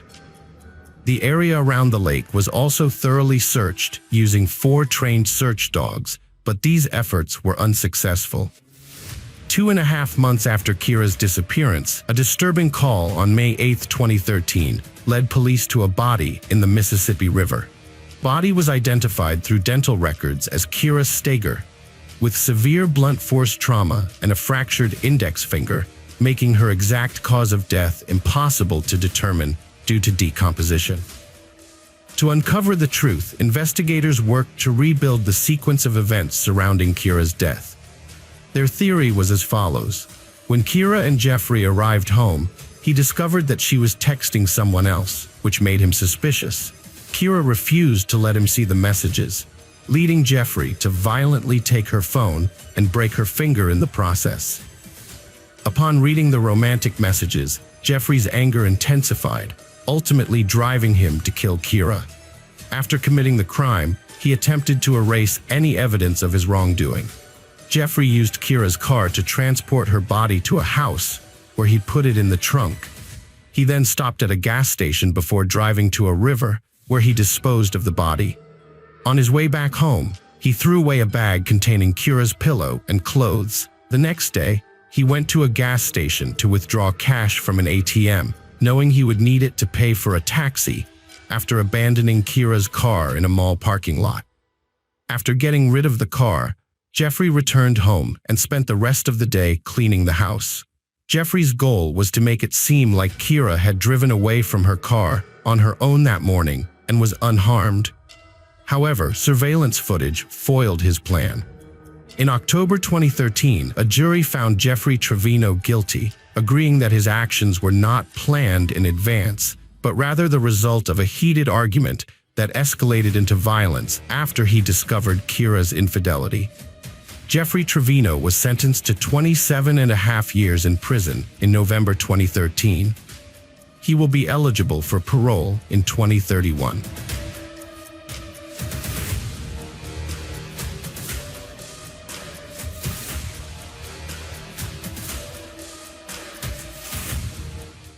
The case of Michelle Davis. Michelle Ann Corner was born on December 15, 1966, in Iowa. By 2008, she was a 41-year-old mother of 3 living in Des Moines. Her divorce from her husband, Randy Davis, was nearly finalized, and she had taken steps towards starting anew. Michelle had moved into her own apartment and obtained a restraining order against Randy.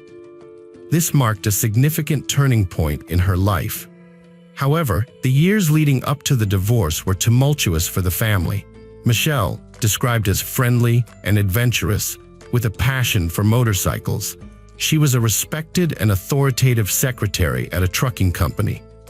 On September 11, 2008, Michelle having finally escaped the burdens of her troubled marriage. Colleagues noted the change in her demeanor since her separation. Michelle left work around 4:30 p.m., but her newfound freedom was short-lived. Just after she left, 911 operators began receiving calls about an accident on Interstate 235. A Mercury Sable was found upside down, with Michelle still wearing her seatbelt, unconscious in the driver's seat. Paramedics rushed to the scene, but sadly couldn't save her. Michelle Davis was pronounced dead. After arriving at the scene, the police initially believed that Michelle lost control of her vehicle, resulting in an accident.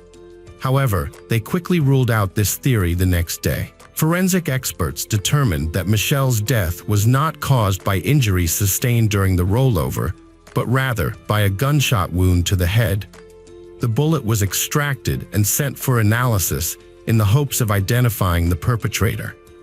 As they waited for the results of the ballistic examination, local authorities took precautions to ensure public safety. They considered the possibility that Michelle was a random victim and that the shooter might strike again. To address concerns, the police increased patrols in the area. Once it was clear that Michelle's death was not an accident, detectives revisited the crime scene to search for clues. Unfortunately, their efforts yielded no results, as they found neither the cartridge case nor any other evidence to aid in the investigation. The police initially thought Michelle was the victim of a car accident, so the traffic services cleared the site, potentially destroying any evidence. Despite this, the detectives remained hopeful that they could still find answers by reviewing traffic camera recordings. These recordings often help solve cases, and this one was no exception. The investigators started studying the recordings from the traffic cameras, focusing on the one closest to the crime scene.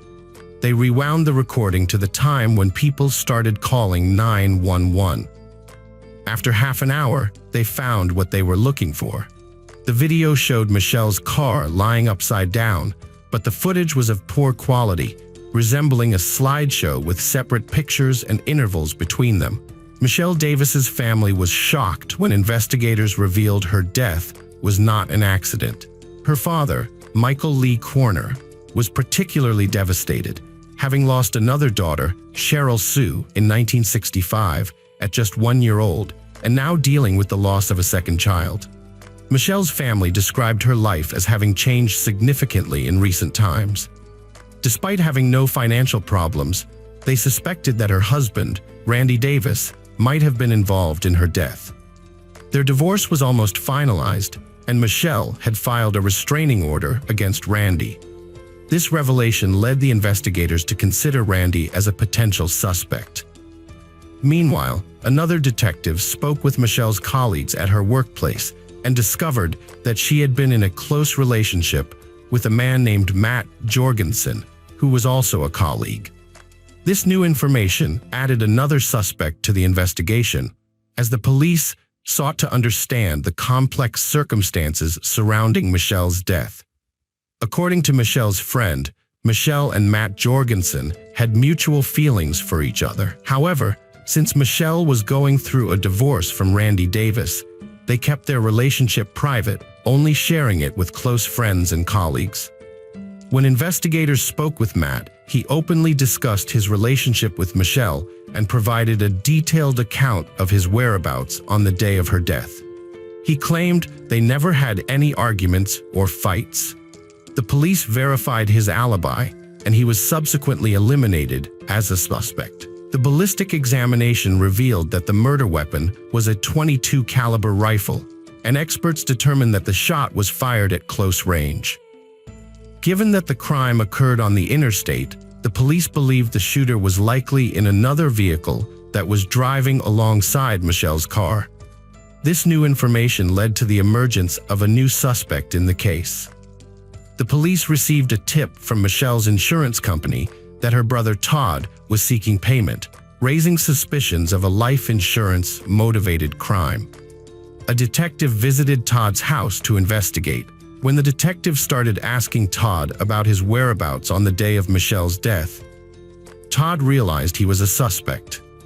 He explained that he was in a different part of the city at the time of her death, and that the family was struggling financially. Todd said he had turned to the insurance company because he needed the money to pay for Michelle's funeral. The police verified Todd's alibi and found that he was not in the area where Michelle was killed. This ruled him out as a suspect, but Todd provided information that led the police to investigate another suspect, Josh. Josh was the son of Randy from a previous marriage and was an adult at the time of Michelle's death. A Marine named Josh had recently returned home from the Army when a tragic event occurred. Michelle was fatally wounded in a car incident, and the police considered Josh a suspect due to his military background.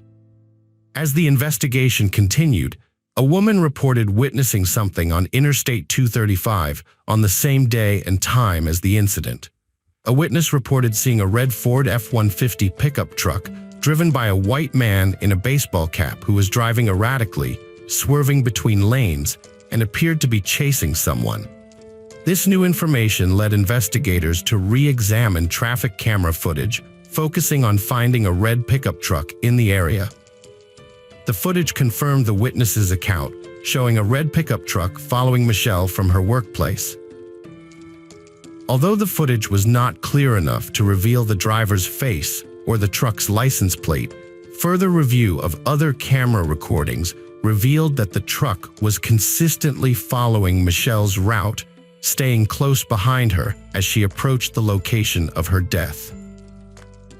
This evidence suggested that the perpetrator likely fired the fatal shot from the truck while driving. Detectives investigating Michelle's death had several suspects in mind, and soon discovered that her husband, Randy Davis, owned a red pickup truck. They immediately visited his house, but found only his son, Josh, who was a Marine trained in handling weapons and had access to his father's vehicle. Josh claimed that on the day of Michelle's death, he went shopping with his sister and then spent the evening at home watching TV. However, detectives found Josh's alibi suspicious. According to Josh, the divorce proceedings between Michelle and his father were challenging, partly due to Michelle's demand for half the house's value. Josh also stated that his father arrived home around 5:30 p.m. that day. The conversation with Josh revealed that he might have had a motive for the crime, as he was upset about Michelle trying to take part of his inheritance during the divorce. This led detectives to view Josh as a potential suspect with a possible motive. Meanwhile, the police canvassed shops and gas stations along the route from Michelle's workplace to the crime scene, hoping to find additional surveillance footage. Their efforts paid off when they discovered crucial footage at a store just a few miles from Michelle's workplace.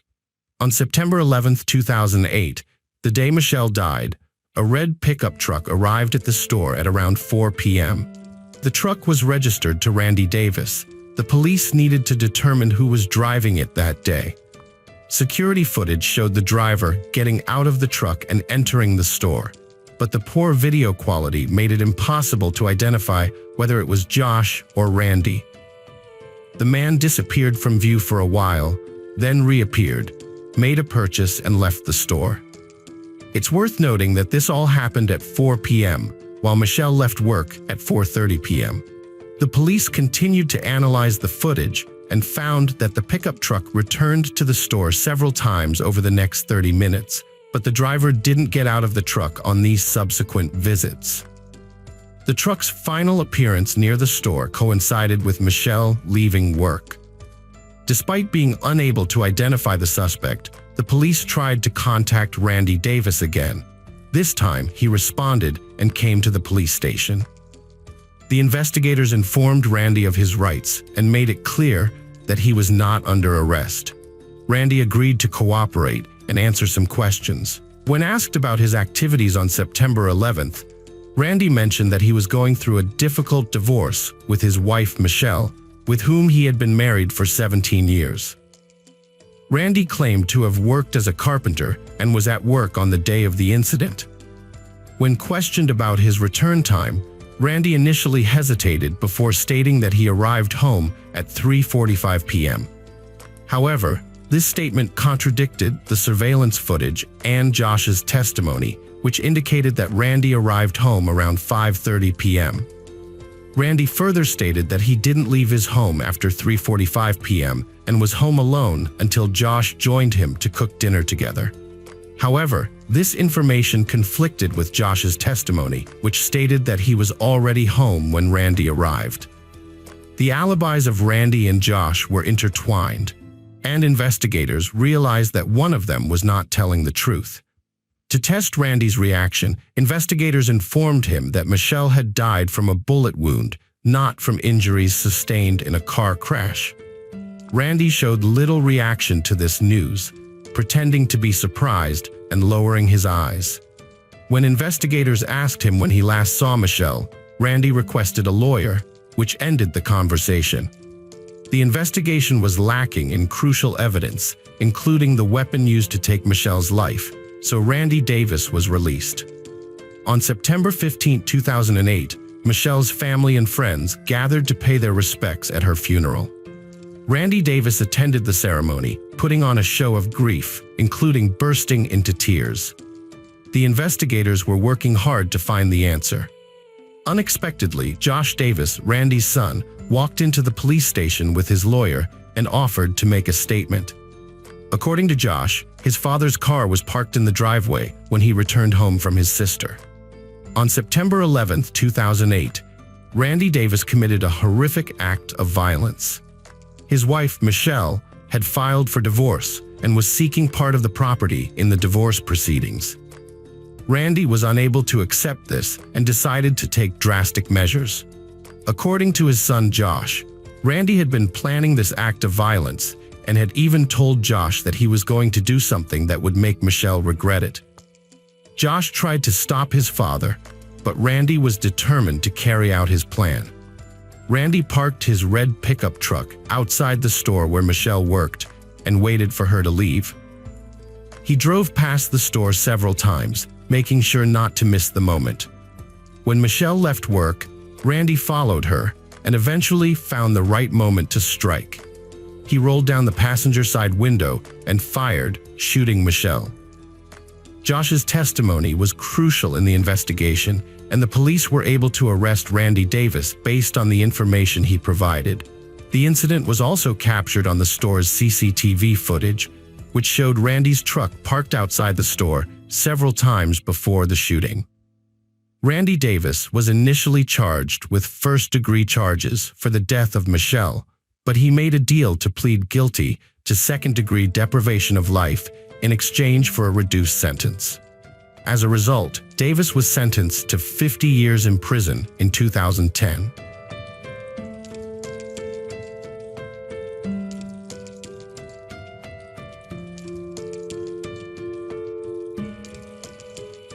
The case of Ekaterina Bauman. Ekaterina Bulgova was born on May 13, 1989, in Leningrad, a city that would later be renamed St. Petersburg. In 2009, Ekaterina, then 20 years old, traveled to Turkey with her family for a vacation. That's where she met Walter Baumann, a German citizen who was 13 years older than her. Walter had received his education in Germany and had a good income, but his personal life was lacking. He was searching for the perfect woman, but he didn't quite fit the criteria of a perfect man.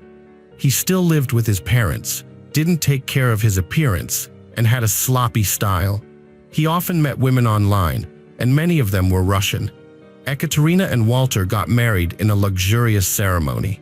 After the wedding, they moved into Walter's parents' home, which proved to be a challenging experience for Ekaterina. Living with Walter's parents was not easy, and this marked the beginning of problems for Ekaterina after her move to Germany. The fairy tale romance was starting to lose its magic.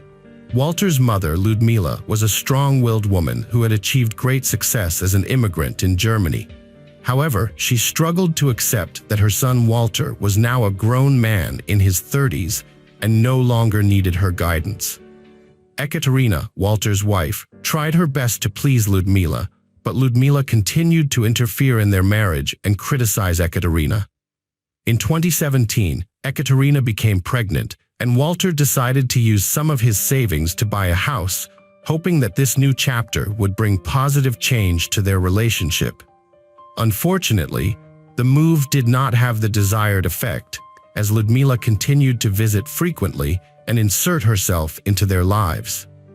The birth of their daughter brought even more tension to the relationship between Walter and Ekaterina. Walter became increasingly strict and controlling, speaking down to Ekaterina and restricting her freedom. He prohibited her from learning to drive a car and did not allow her to speak with their daughter in German. Ekaterina was confused and unsure of what was causing these changes in Walter's behavior. Walter and Ekaterina's relationship had become strained, and he would physically harm her, including beating her. Authorities were alerted to the domestic violence issue in late 2019, but the case was dismissed when they claimed they had reconciled. Ekaterina expressed concerns about Walter's behavior, citing his lack of interest in her, excessive work habits, and resulting burnout. Feeling constantly stressed and fearful, Ekaterina turned to a support center for domestic violence victims for the first time in fall 2020. When Ekaterina and their daughter left, Walter made an effort to reconcile with them, promising to change and acknowledging his past wrongdoing. He also told Ekaterina that he couldn't live without her and their daughter. Although Ekaterina forgave him and returned home with their daughter, their arguments persisted. When Walter recognized he had wronged Ekaterina, he would try to make amends with gifts or family trips. While this may have indicated a change in attitude towards Ekaterina, Walter's behavior towards their daughter was marked by total control. Walter was a calculated individual who dramatized situations and manipulated others to get what he wanted. He was extremely frugal and prioritized accumulating wealth. Those who knew him well described him as anxious and impatient. After Ekaterina became a mother, she made several trips to Russia with her husband Walter, who was concerned that she would return to Russia and keep him from seeing their daughter. As Ekaterina experienced more and more abuse from Walter, she began to consider divorce. Ekaterina's reason for staying with Walter was to protect her daughter, but she couldn't take her daughter back to Russia because Walter had to give his consent, which he refused to do. In August 2021, Ekaterina took her daughter to a women's crisis center, telling the administration that Walter had threatened to take her life. Social services considered placing a 5-year-old girl in an orphanage, a situation the Youth Affairs Department psychologists deemed severe. Although Katerina initially agreed to let the child enter foster care, her husband Walter and his mother objected, forcing the parents to care for their daughter temporarily. The family reunited weeks later, but Walter and Katerina started divorce proceedings and began living separately. Katerina's desire to return to Russia intensified, but Walter consented only if their daughter remained with him in Germany. At the start of 2022, Katerina traveled to St. Petersburg alone, meeting a Russian pilot from Omsk she had met online while there. After returning to Germany in mid-January 2022, Katerina continued to communicate with the pilot daily. Katerina, a 32-year-old woman, stopped contacting her family and her new lover on February 4, 2022, after returning to Germany. This was a surprise to her family, as she had been exchanging love messages with her new lover just a few weeks earlier. According to her husband Walter, Katerina left behind most of her belongings, including her phone, keys, clothes, and her 5-year-old daughter. She took only an empty suitcase and 13,000 euros from her husband's stash. This is the information Walter shared with the police on February 6, 2022, after Katerina's parents reached out to them to request a check because they couldn't reach Katerina for 2 days. Katerina's mother, Svetlana, reported that she learned about her daughter's disappearance in a strange way. She couldn't reach Katerina on the phone for a few days, and when she spoke with Walter, he claimed that he hadn't seen her since February 5th and that she wasn't responding because she didn't have enough money on her phone balance. The police waited 4 days before searching the Walter family's house where Katerina was last seen. By then, Walter had completed his renovations, which included painting the guest room floor and replacing a couch. He had also purchased a large quantity of cleaning supplies from a local store. The police investigation at the Baumann house found that the surveillance footage had mysteriously disappeared. A detection dog was brought in to search the house and garage, but although it seemed agitated, it didn't indicate finding anything specific. Initial tests found no evidence in the house or garage, but a knife and electric shocker were seized from the car. What raised suspicions was Walter's unusual behavior. He showed no concern for his missing wife, but expressed interest in gaining sole guardianship of their 5-year-old daughter. On March 1, 2022, 25 days after her disappearance, the horrific discovery of a suitcase containing human remains that washed up along the River Weser. The person who discovered the suitcase was horrified to find that it contained the fragments of a woman's body, packed in garbage bags. Unfortunately, not all of her body parts were present in the suitcase, as some were still missing. To make matters worse, the fragments were identified as those of 32-year-old Katerina Baumann. Coincidentally, the suitcase was found near the lighthouse where Katerina had previously gotten married. During a thorough search of the Walter family home, investigators found a variety of suspicious items, including a bottle of sedatives that matched the substance found in Katerina's blood. Additional discoveries included disposable gloves, foil, adhesive tapes, garbage bags, and cleaning products, as well as canisters containing acetic acid, solvents, and bleach. Notably, the police found a pink scarf matching the one Katerina wore in her last selfie near her body. They also discovered a set of suitcase keys and other incriminating items in the garage and shed. Furthermore, the investigation revealed that most of Katerina's personal belongings were absent, with her clothes thrown away and her wedding photo hidden behind the piano. One key piece of evidence turned up at the workplace of Ludmila Baumann, Walter's mother. The white jacket Katerina wore in her last selfie was found in a trash container. Katerina's phone was last connected to the network at 7:41 p.m.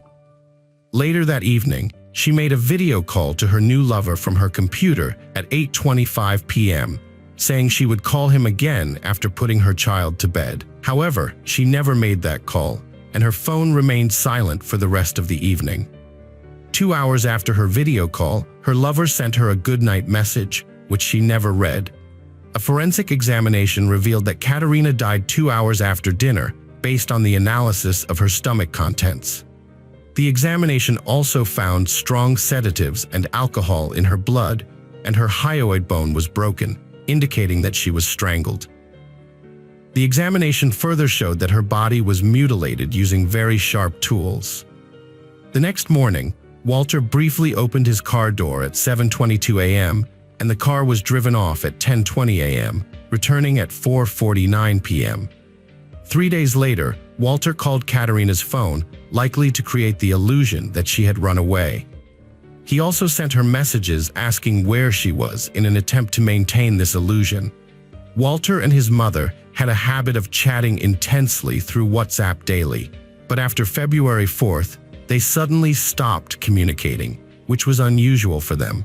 In the middle of February, Walter took his car to auto service and asked an employee to thoroughly clean the interior from top to bottom. This incident was later cited as evidence in a trial that began on August 26, 2022. The prosecutor argued that Walter had planned and executed the murder of his wife, Katerina, by slipping sedatives into her drink and then strangling her while she was asleep. Walter's motive was to avoid losing guardianship and potential financial losses in the event of a divorce. He had taken steps to prepare for Katerina's body disposal. Police found blood in the garage. Traces of her blood were also found on the carpet in the trunk of his car. Walter's phone and computer were seized by the police. He made several suspicious search queries, including how to avoid punishment for taking someone's life, dissolving human flesh with acid, and accessing other people's WhatsApp chats. He also searched for ways to die from sedatives and how to avoid conviction in Germany. Walter made around 500 search queries between December 2021 and February 2022, suggesting he planned the crime. On the day his wife disappeared, he searched for electric shocker twice. Forensic experts found evidence of electrocution on Katerina's body, suggesting Walter used a shocker to check if she was alive. In court, Walter wore his wedding ring and referred to himself as a widower. He remained silent, plugging his ears during testimonies, but showed emotion when his mother was called as a witness, crying and seeking her help with a prayer-like gesture. He had written to her asking for help, and she seemed willing to assist her son. Ludmila Baumann made a shocking statement, claiming she took Katerina's life, not her son. She visited her son's house at night to care for her granddaughter and found Katerina asleep on the couch. After a fight that started when Katerina hit her, Ludmila choked Katerina. She also admitted to performing certain actions with Katerina's body. It's possible Ludmila was motivated by her love for her son and took the blame for him. Despite her self-incrimination, Ludmila left the courtroom a free citizen as the jury and prosecutor's office didn't believe her statement, assuming she was trying to protect her son. Walter remained silent throughout the entire process, but during one of the final hearings, he read from his notes, which spanned 230 sheets of paper covering his life, his experiences in Kazakhstan, and his love. His main message was that he loved Katerina and their daughter, but her emotional burnout and psychological problems led to frequent quarrels. Although his statement was extensive, he only briefly mentioned the night that changed everything. According to Walter, he was asleep when his mother took the life of his wife and dragged her into the garage. He blamed his mother for the crime, stating that she had betrayed him, used him, and sent him to prison. Addressing the judge, Walter said that his daughter had already lost her mother and should not lose her father as well. The most disturbing aspect of this story is not the gruesome details of the crime, but the fact that it all took place in front of the perpetrator's 5-year-old daughter. The Russian grandmother is currently barred from contacting her granddaughter, who has been placed with a German foster family. The daughter was present at home with her father when the crime occurred, and as a result, she has developed a psychotraumatic condition. She often mutters to herself, gesturing to her head and arms, indicating that she witnessed the traumatic event. According to her mother, Svetlana, the child is now living in a facility for traumatized children under a new name to protect her from the truth about her family. Svetlana is fighting to gain guardianship of her granddaughter, but German authorities are not allowing her to even have phone contact with the child. On May 23, 2023, the verdict was announced in the case of Walter Baumann. Walter received a life sentence, but under German law, he will be eligible for parole after serving 15 years. Ekaterina's ashes were buried in her hometown of St. Petersburg.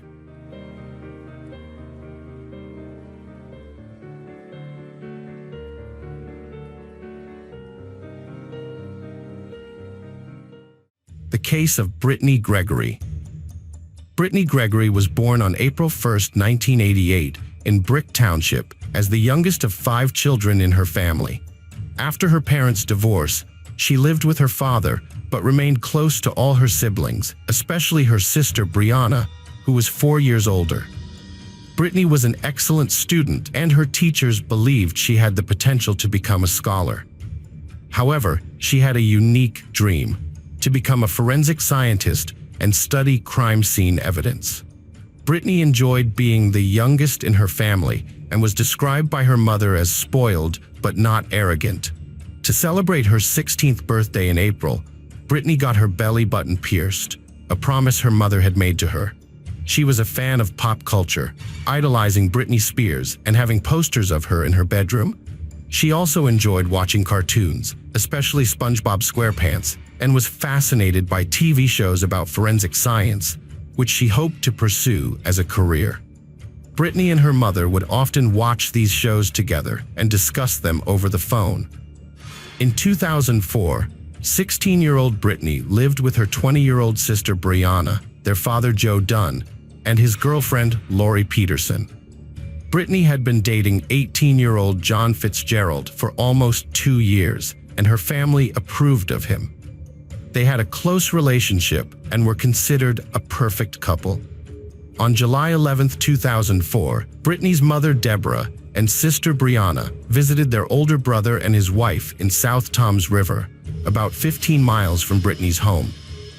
At around 8:30 p.m., Brittany called her mother, sounding upset, and asked for a ride to John's house. Her mother explained that she was out of town and couldn't pick her up, but offered to send Brianna instead. Brittany agreed to wait for Brianna, who would arrive in about an hour. Brianna waited for about 45 minutes after Brittany called, then decided to call her back, but Brittany didn't answer. Brianna assumed Brittany was either asleep or had gone to John's with someone else. When Brianna returned home in the morning, she found that Brittany wasn't there, but her belongings, including her phone, were still at the house. This was unusual, as Brittany typically took her phone with her. Brianna wondered if Brittany had spent the night at her boyfriend's house, but it was strange that she hadn't mentioned it to anyone and had left her phone behind. Brianna tried to contact Brittany by calling her friends, but no one had any information about her whereabouts. After failing to reach Brittany, Brianna decided to call John to see if he had any information. John said he had last spoken to Brittany on the phone on Sunday morning, and they hadn't seen or spoken to each other since. Lori Peterson reported that she had returned home around 10 p.m. on Sunday night, and Brittany wasn't there. Brianna immediately reported Brittany missing at the police station, but the police were initially skeptical, thinking Brittany might have run away or was just hanging out with friends. However, Brianna explained that she had already contacted all of Brittany's friends and her boyfriend, and none of them had any information about her whereabouts. This convinced the police to take the situation more seriously. Brianna was confident that Brittany wouldn't have run away from home because she was an honor student who spent most of her time studying in the library.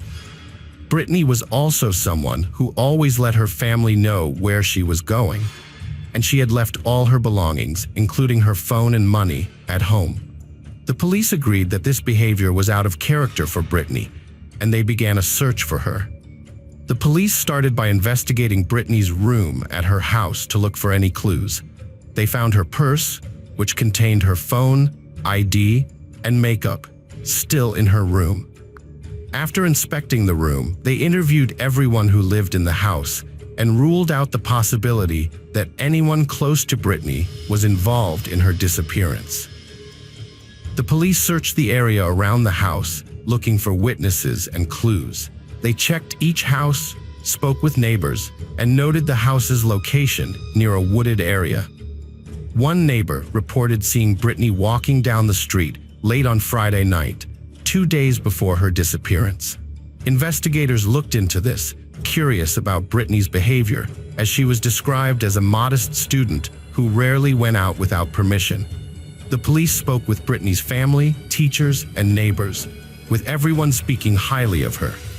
However, her sister Brianna mentioned that Brittany and her boyfriend John had a strained relationship and frequently argued. They had a fight the day she disappeared, and Brittany wanted to visit John. The investigators looked at John more closely. He reported that his last conversation with Brittany was on Sunday morning at the beach, where he was with friends and Brittany was upset. He stated that they had not spoken since then. Additionally, John revealed that he had ended his relationship with Brittany and she was having trouble accepting the end, particularly because he was already dating another girl. John stated that he had no plans to meet with Brittany on the night she disappeared and was not aware that she was coming to his house. The reason for their breakup was a rumor that Brittany had kissed another guy at a party. Although John did not witness the incident, he believed the rumor and decided to end the relationship. He started dating another girl and last saw Brittany on July 10th, the day before she disappeared. On that day, Brittany gave John a letter expressing her desire to make up. The detectives asked John for permission to read Brittany's letter, which he handed over. The letter apologized for her behavior and hurting John and asked to remain friends. John seemed genuinely concerned about her disappearance. After an investigation, the police found no evidence linking John to Brittany's disappearance, and he passed a lie detector test. John shared that Brittany would often take a shortcut through the woods to visit him. The police launched a search in the woods where Brittany likely walked, searching for any signs of her path. The police search in the woods lasted 3 days, but yielded no signs of Brittany. The case got a breakthrough when a woman provided crucial information. On the night Brittany went missing, she had seen a car in a nearby park, a Chevrolet pickup with distinctive wheels along with its license plate. The police thoroughly checked the information and found that the car was registered to 23-year-old Anthony Geiger. To investigate Anthony's potential involvement in Brittany's disappearance, police looked into his past and discovered that he was the ex-boyfriend of Bobby Joe, Brittany's sister. Bobby Joe told detectives that she ended the relationship with Anthony about a month ago due to his excessive jealousy and his fixation on Brittany. She suspected that Anthony, who was 23 years old, had romantic feelings for her younger sister Brittany, which led her to end the relationship. Brittany's friends recalled that Anthony would often look at her in a strange way and try to flirt with her. They remembered that the last time they all met, Anthony made another attempt to flirt with Brittany. Based on this information, detectives suspected Anthony of kidnapping Brittany and decided to question him. During the interrogation, Anthony denied being in the area where Brittany lived on the evening of July 11th, claiming that he didn't visit the area until the next day, July 12th, when the police were already searching for her. Anthony acknowledged that he was friends with Brittany and would often see her at parties and other events, but he denied flirting with her. He claimed that he understood that Brittany was too young for him and that he only cared for her as a friend. According to Anthony's statement, he spent the evening of July 11th at home with his new girlfriend, who confirmed his alibi. Despite this, investigators considered him a suspect due to his proximity to Brittany's home. Investigators re-examined a letter Brittany wrote to her boyfriend and found signs that she was saying goodbye, leading them to fear that she might harm herself after the breakup. However, Brittany's parents disagreed, believing she was a strong and determined person who would not give up on her plans. Moreover, during a search of Brittany's house, police found Brittany's personal diary in her room. The diary contained a handwritten letter that revealed her life and family dynamics. Brittany described her dysfunctional family, including her jailed brother, drug-addicted mother who left her at 9, and her distant relationship with her father and his girlfriends. She expressed her desire to succeed and become a forensic scientist, despite having made mistakes and not wanting to follow in her parents' footsteps.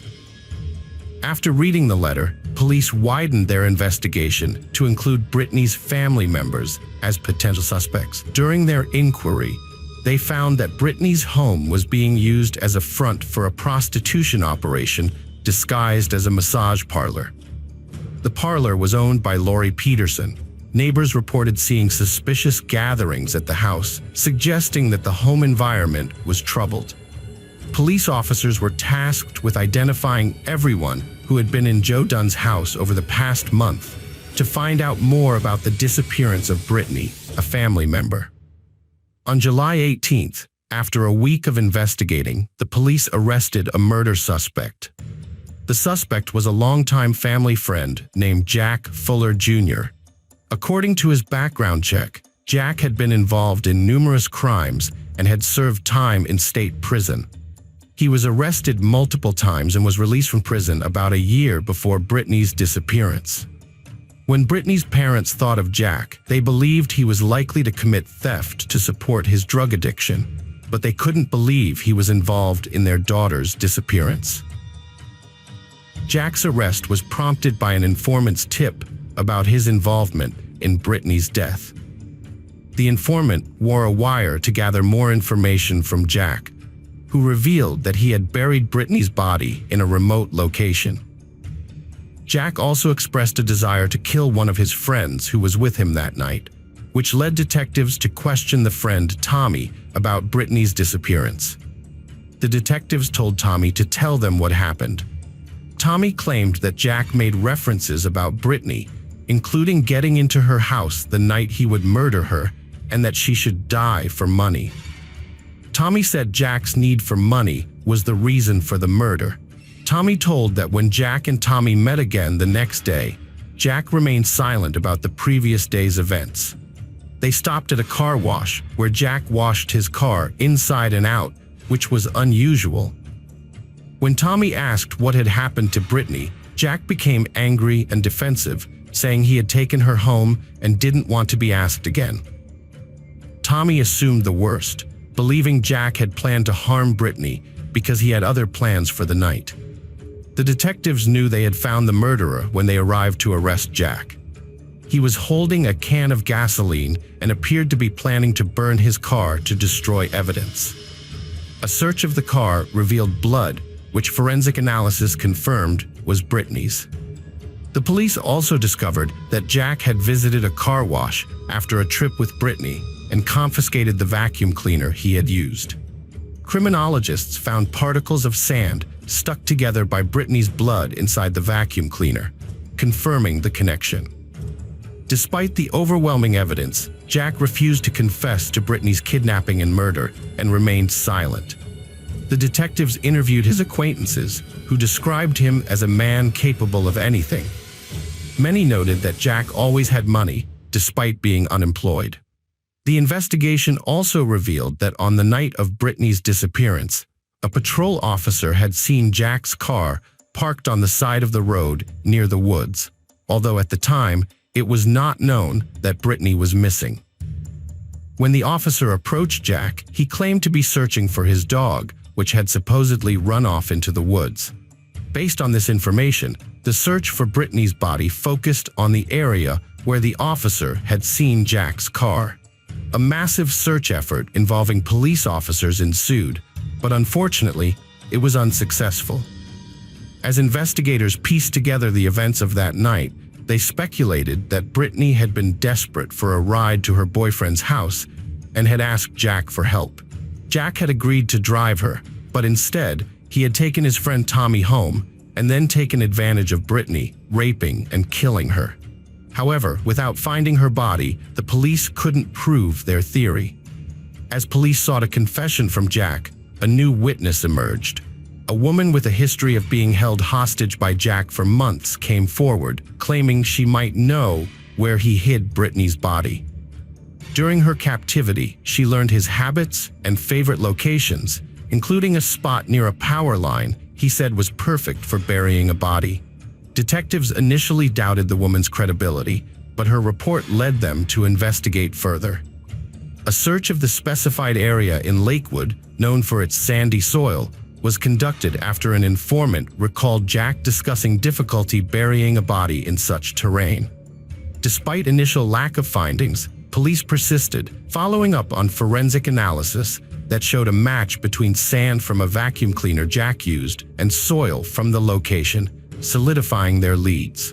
On July 27, 2004, 15 days after Brittany Gregory was reported missing, a body was discovered in a dense forest on the border of Monmouth and Ocean counties. The body was identified as Brittany's through a necklace with her name on it, which was still around her neck. The autopsy confirmed that Brittany had suffered head trauma and had been strangled, but the exact cause of her death could not be determined due to the decomposition of her body over the 2-week period. The examiner could not rule out strangulation or suffocation as the cause of death. There were no obvious signs of sexual assault, but the possibility of rape could not be ruled out. Brittany's family and the prosecution eventually agreed to a plea bargain with the suspect, Jack Fuller, to avoid a lengthy and difficult trial.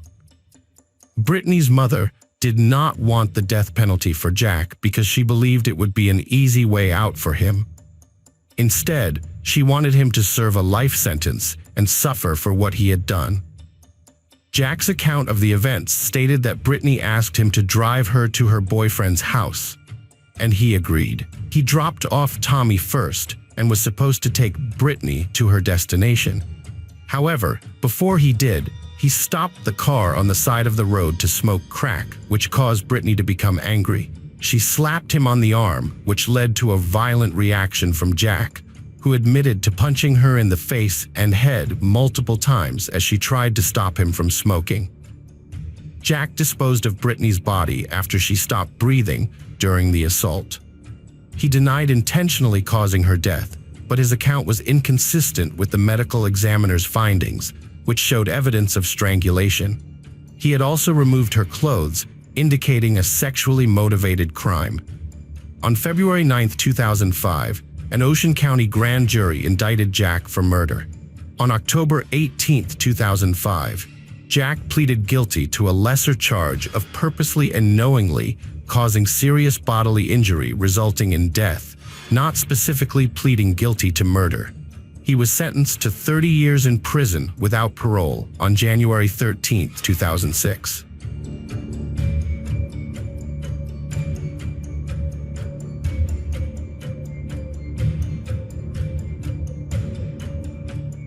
The case of Michelle Whitaker. Michelle Whitaker was born on August 16, 1969, to a family of 5 children. She was very close to her family, especially her mother, Laura Andrews. However, when Michelle was a teenager, her family moved from Illinois to Gastonia, North Carolina. This move marked the beginning of frequent conflicts between Michelle and her mother because Michelle felt was her mother too strict.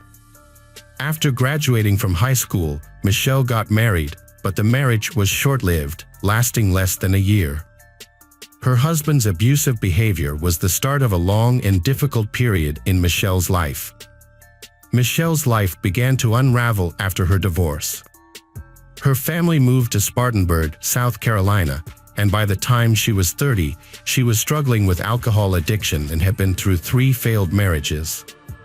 She was working part-time as a waitress and barely making ends meet. One evening in 1999, Michelle met a man named David after work, and he offered to drive her home. However, instead of taking her home, David took Michelle to a secluded location and assaulted her, forcing her to engage in intimate acts. He was arrested a year later, pleaded guilty to assault and battery, and was sentenced to 8 years in prison. Before her disappearance, Michelle was arrested for driving under the influence of alcohol. Her parents, desperate to help her, contacted the police and asked that she be held in custody until a spot in a rehabilitation center became available. However, Michelle was mistakenly released from jail without receiving the court-ordered treatment for her substance abuse. This incident caused a significant rift in her relationship with her parents, who had been trying to help her. On August 5, 2002, Michelle got into an argument with her mother and left the house in a bad mood. 3 days later, the man Michelle was staying with contacted her mother, Laura Andrews, and told her that he couldn't find Michelle after they had an argument. This was how Laura first learned that her daughter was missing. Laura immediately reached out to a friend who worked at the local police station for help in finding Michelle. However, the police were familiar with Michelle's lifestyle and advised Laura to wait a little longer, suggesting that Michelle would likely return on her own. Despite this, Michelle failed to return home over the next 2 weeks. As a result, on August 21, 2002, Laura filed an official missing persons report, and local law enforcement began investigating Michelle Whitaker's disappearance. The investigation led to a local truck stop, where Michelle was last seen. The information came from a local resident, Doug, who had met Michelle by chance on the street the day before she disappeared. Doug was out on his motorcycle in the evening when he stopped outside a bar where Michelle was sitting. They struck up a conversation, during which Michelle mentioned that she had gotten into a fight with her boyfriend and he had kicked her out of the house. Doug and Michelle spent the rest of the evening together, visiting another bar where they played billiards, and then took a ride on his motorcycle. Eventually, they went to Doug's house as the sun began to rise. As a result, Doug became the prime suspect in Michelle's disappearance, as he was the last person to have seen her alive. Doug claimed that Michelle had planned to travel to Myrtle Beach, a resort city in South Carolina, where she hoped to find well-paying work in local bars and restaurants. He alleged that he dropped her off at a truck stop and gave her some of his clothes, as well as money to buy coffee and newspapers. After wishing her good luck, he left her there. The police investigated Doug's story by administering a lie detector test, which he passed. They also tested the man Michelle had been staying with before she disappeared, but found no evidence that he was involved in her disappearance. The police started considering the possibility that Michelle might have gone to Myrtle Beach, which is about 250 miles from Spartanburg. As more weeks went by without hearing from Michelle, her family and friends became increasingly anxious. Michelle's lengthy disappearance raised suspicions with the local sheriff, who noted that people usually bring personal belongings when traveling for an extended period. But Michelle had left and carried with nothing, and her adored dog was left behind, leading detectives to believe she wouldn't willingly abandon her pet. As her parents scoured the neighborhood for any sign of her, they received tips that Michelle had been spotted on a beach in North Carolina. They quickly drove there and spent 3 days actively searching, distributing flyers, and speaking with locals. Unfortunately, their efforts yielded nothing. After 6 months of fruitless searching, Laura Andrews couldn't shake the feeling of guilt for her daughter. Laura cannot forgive herself for the hurtful words she said to Michelle after the attack. She unfairly blamed Michelle for choosing a path that put her in danger. The sheriff's office initially believed Michelle had motives to escape due to her reputation, and detectives assumed she would eventually be caught. However, a year went by with no results from the search. What concerned the police was that Michelle left no digital trail, which raised suspicions that she might have been a victim of a crime. Perhaps someone, like a truck driver, had taken advantage of her vulnerability. Despite this theory, there was no evidence to support it. 2 years later, the police still haven't received any new clues. However, on the 3rd year's anniversary of Michelle's disappearance, police along with Laura Andrews revisited the truck stop where Michelle was last seen. Local TV stations republished the story, and just days after Michelle's case was reported, the Spartanburg County Sheriff's Office received a mysterious letter. A handwritten letter, signed anonymously, was sent to investigators claiming to know the location of Michelle Whitaker's body. The letter included a homemade map pinpointing the exact spot. As a result, the sheriff promptly investigated further by sending search dogs to a rural area located 25 miles from where Michelle was last spotted. Unfortunately, the search dogs were unable to detect any scent, and the search was eventually called off. While some had resigned themselves to the possibility that Michelle was no longer alive, others continued to hold out hope that she was still safe. The investigators were also left with unanswered questions, as a handwriting analysis and DNA sample from the envelope suggested that the letter was written by a woman, but did not identify the author. New headlines emerged in the newspapers, shocking Michelle's family, since the Dana Satterfield case was one of the most prominent in Spartanburg County at the time. On July 31, 1995, 27-year-old Dana Satterfield, who owned a beauty salon on Highway 221 in Roebuck, South Carolina, was brutally attacked and killed just before closing time. 7 years later, in August 2002, Michelle Whitaker disappeared. A month and a half later, on September 24, 2002, 20-year-old Heather Sellers vanished without a trace. The last person seen with Heather was her ex-fiancé, Jonathan Vick. Vick was the main suspect in the disappearance of his ex-fiancée, Heather Sellers, but the police couldn't find enough evidence to charge him and the case remains unsolved. One thing to note in common is that Heather and Michelle Whitaker, who vanished about 50 days apart, had two things in common. They both worked at Waffle House and knew each other, and they had both been seen with Jonathan Vick. When Vick was arrested in 2005, Michelle's family members were shocked and suspected that Michelle might have been one of his victims. The police questioned Vick about Heather Sellers and Michelle Whitaker, but he denied any involvement in their disappearances. Without sufficient evidence, the investigations into their cases came to a halt.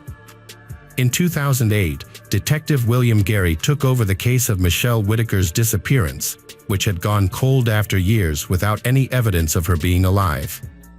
Just before the 6th anniversary of her disappearance on August 4, 2008, Detective Gary received a call from a woman claiming to know Michelle's whereabouts. She said Michelle was living in Oregon and reported seeing her file on an episode of Forensic Files and a website created by Laura. The woman claimed to have recognized Michelle as a person who had been living with her friends. After years of searching, the investigators were skeptical but eager for proof, so Detective Gary asked the woman to send him a photo of Michelle. Detective Wood, who had previously handled the case, immediately recognized Michelle in the picture when Gary showed it to him. An Oregon State police officer was quickly sent to her location to confirm her identity. The police officer arrived on August 5, 2008, exactly 6 years after Michelle had argued with her mother and left home. The police then contacted Michelle's mother, Laura Andrews, with the news that her daughter had been found alive. Laura was shocked and confused by the sudden revelation. Although the news was deserved for celebration, the police couldn't simply arrange a family reunion. They had to respect Michelle's privacy and couldn't reveal her location to her parents. Instead, the detectives tried to persuade Michelle to contact her family herself. The next evening, Michelle finally called her mother. 2 weeks later, Michelle and her family were reunited at the Atlanta airport, marking the first time they had seen each other in a very long time. Michelle was exhausted with her old life after a fight with her mom, so she decided to leave and start anew, believing her family would be better off without her.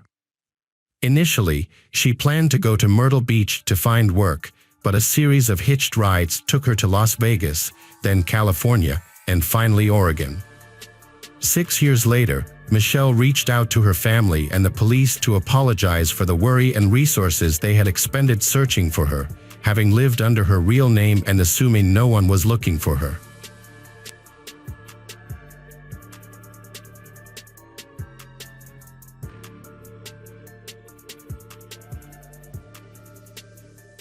The case of Stacy Smith.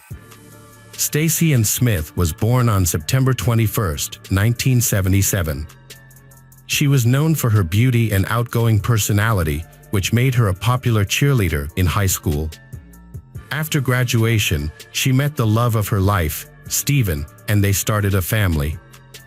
Their daughter, Mackenzie, was born in June 2002, followed by a son, Landon, 4 years later. Stacy and Stephen eventually got married and thought their happiness would last. However, their relationship took a turn for the worse, and they eventually broke up. In 2009, she reconnected with an old high school acquaintance, Brent. Brent had secretly harbored feelings for Stacy back in high school, but she didn't reciprocate at the time. This time, their connection evolved into a romantic relationship. Stacy had divorced her ex-husband Stephen by this point, and Brent was aware that she had moved on.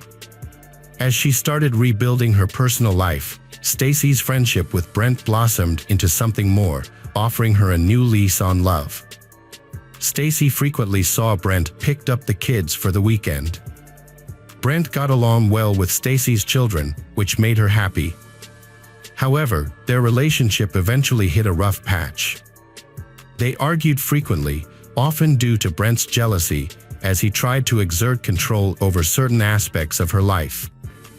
When Stacy was on the phone, Brent would demand to know who she was talking to. This led to them breaking up several times. On Christmas Eve 2009, Stacy moved into a new home with her children, her cousin Timothy, and Brent. They spent the evening decorating the house for Christmas and creating a warm atmosphere. A few days later, on December 28, 2009, Stacy's father, John Paul, tried to reach his daughter by phone, but she didn't answer. As several hours passed with no response or return call from Stacy, John grew concerned and decided to check on her. He drove to the house where Stacy lived with her children to see what was wrong. John arrived at the house and found nothing out of the ordinary at first. He knocked on the front door and called out to his daughter, Stacy, but there was no response. The door was locked, so he looked through the window and spotted his 3-year-old grandson, Landon.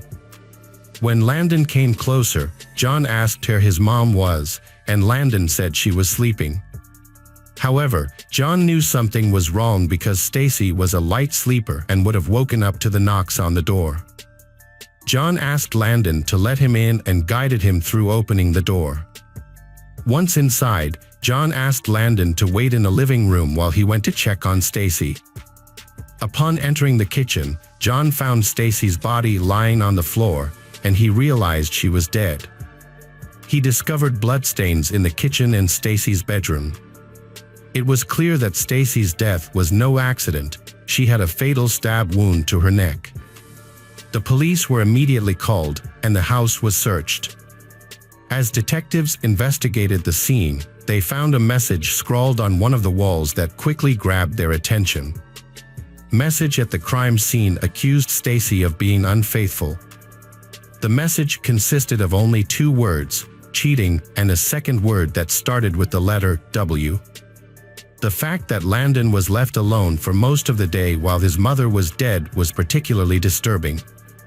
Forensic analysis revealed the boy's bloody footprints next to Stacy's body. The police collected all potential evidence from the house, including cigarette butts and beer cans, which could be used to obtain DNA samples.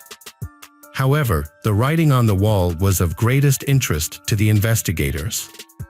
Identifying the person who wrote it was crucial. Based on the evidence, it was reasonable to assume that the motive behind the crime was jealousy, cruelty, and a desire for revenge. The killer may have been someone Stacy knew and trusted, as there were no signs of forced entry into her home. This suggests that she may have let the perpetrator in voluntarily. The investigation found that Stacy's car and keys were missing, and her phone and the murder weapon were not found at the scene. The police alerted all patrol units to be on the lookout for Stacy's car, as the killer may have used it to flee the scene. Psychologists spoke with Landon, Stacy's son, to see if he had witnessed anything unusual or seen the person who hurt his mother. However, Landon was unable to provide any helpful information to the police. When he woke up, he found his mother lying on the floor and initially thought she was asleep. He tried to wake her up, but she was unresponsive.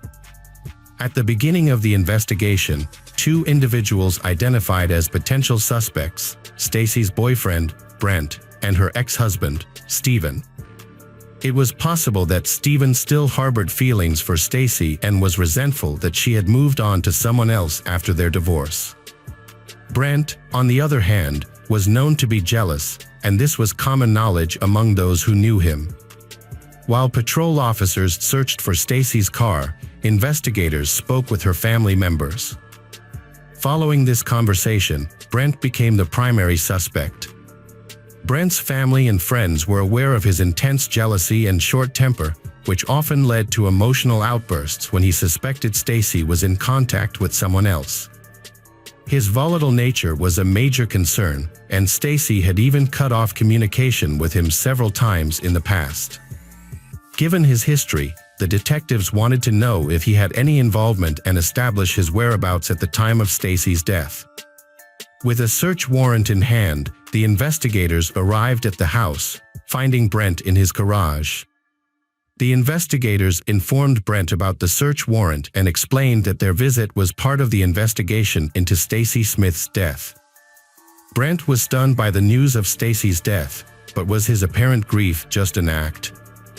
Investigators took him to the police station for questioning to find out. During the interrogation, Brent's statements only fueled the police's suspicions. He revealed that his relationship with Stacy was troubled and they frequently argued. In fact, their last quarrel occurred the day before her death. Brent claimed that Stacy had an affair with one of his friends, a betrayal that had left their relationship reeling. Brent told the investigators that on December 27th, he went home after their fight, calmed down, and then returned to Stacy's house a few hours later. They had a quiet conversation in her bedroom, where intimacy was rekindled. He left around 2 a.m. Landon and her cousin Timothy were sleeping in the house and didn't notice anything unusual. Brent insisted that everything was fine between him and Stacy when he left, and he was unaware of her death until the police told him. However, no one could confirm Brent's alibi, leaving the investigators to doubt his story. The police requested that Brent take a polygraph test to gauge his responses to their questions. Initially hesitant, Brent agreed to the test in order to clear his name and avoid being perceived as a suspect. He successfully passed the polygraph test without any issues. Following the test, the police considered removing him from their list of suspects. During the polygraph test, officers observed a small red spot on Brent's shirt that resembled dried blood. Brent explained that he had sustained a minor injury the day before and claimed the spot was his own blood. To verify Brent's account, detectives decided to interview Stacy's cousin, Timothy, as he was the last person known to have seen Stacy alive. However, Timothy's whereabouts were unknown. Despite the family gathering after Stacy's death, Timothy had vanished, and his phone calls went unanswered. The family and police were worried, speculating that Timothy might have been kidnapped. Given his past struggles with substance abuse, it was possible that he owed money to someone who sought revenge. Steven, Stacy's ex-husband, was an initial suspect in the crime. A possible motive was his anger towards Stacy for being in a relationship with Brent before their divorce was finalized. Although they no longer lived together, Steven may have felt offended by Stacy's actions. This anger could have led him to commit the crime and leave a derogatory message at the scene. Another potential motive was Steven's desire to have full custody of their children. As it stood, he only saw them on weekends. However, when questioned by police, Steven remained calm and cooperative. He denied any involvement in Stacy's death, stating he would never harm Stacy. Steven claimed that he and Stacy had maintained a cordial relationship after their divorce. He shared the same suspicions as Stacy's family, believing Brent was responsible for the crime. Steven also mentioned that Stacy and Brent's relationship was unstable. He provided an alibi for the night of the crime, which was later confirmed by police, leading to his exclusion from the list of suspects. While searching for Stacy's car, investigators discovered a surprising twist. The vehicle they found belonged to Dr. William Casto, Stacy's boss. This revelation led to the discovery of a romantic relationship between Stacy and Dr. Casto. Colleagues reported that they were extremely close, and at one point, Dr. Casto had given Stacy a car. This new information made Dr. Casto a potential suspect in the investigation. The police considered the possibility that Dr. Casto might have found out about Stacy's relationship with Brent and reacted violently. To explore this lead, the detective began looking for Dr. Casto. However, Dr. Casto did not attempt to hide and continued with his daily routine. Upon learning of Stacy's death and the police's desire to speak with him, Dr. Casto voluntarily went to the police station. During the interrogation, Dr. Casto openly acknowledged his intimate relationship with Stacy and confirmed that he had given her the car. According to him, he and Stacy were in a long-term consensual relationship. He provided for her and was there to support her through problems. Despite their relationship, he vehemently denied any involvement in her murder, claiming he had no motive to harm her. He cooperated fully with the investigation, providing an alibi for the night of her death. The alibi checked out, and investigators were able to rule him out as a suspect. Through the use of GPS tracking technology, the location of Stacy's car was finally identified in an abandoned parking lot roughly 5 miles from her residence. Authorities rushed to the scene, transported the car to their forensics garage for inspection. While police did find Stacy's credit cards and other belongings in the car, no physical evidence was recovered from the vehicle that suggested the presence of a weapon. Additionally, police investigating the disappearance made another discovery by digging deeper into Timothy's past. Timothy had a history of run-ins with the law and was hiding a dark past. He had previously been convicted of a sex crime and theft. The allegations stated that he had molested a minor, but Timothy claimed that that girl had lied about her age, leading him to believe she was of legal age. As a result of his conviction, Timothy served time in prison and was required to register as a sex offender. However, he failed to comply with this requirement.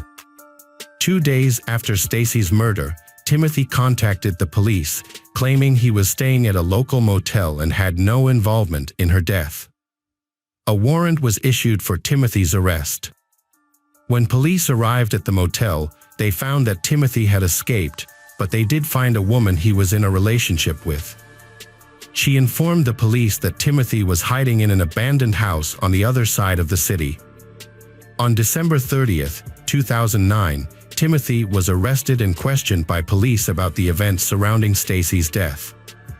When asked to corroborate Brent's alibi, Timothy confirmed that he had been at the house with Stacy and her son. However, Timothy then unexpectedly accused Brent of taking Stacy's life.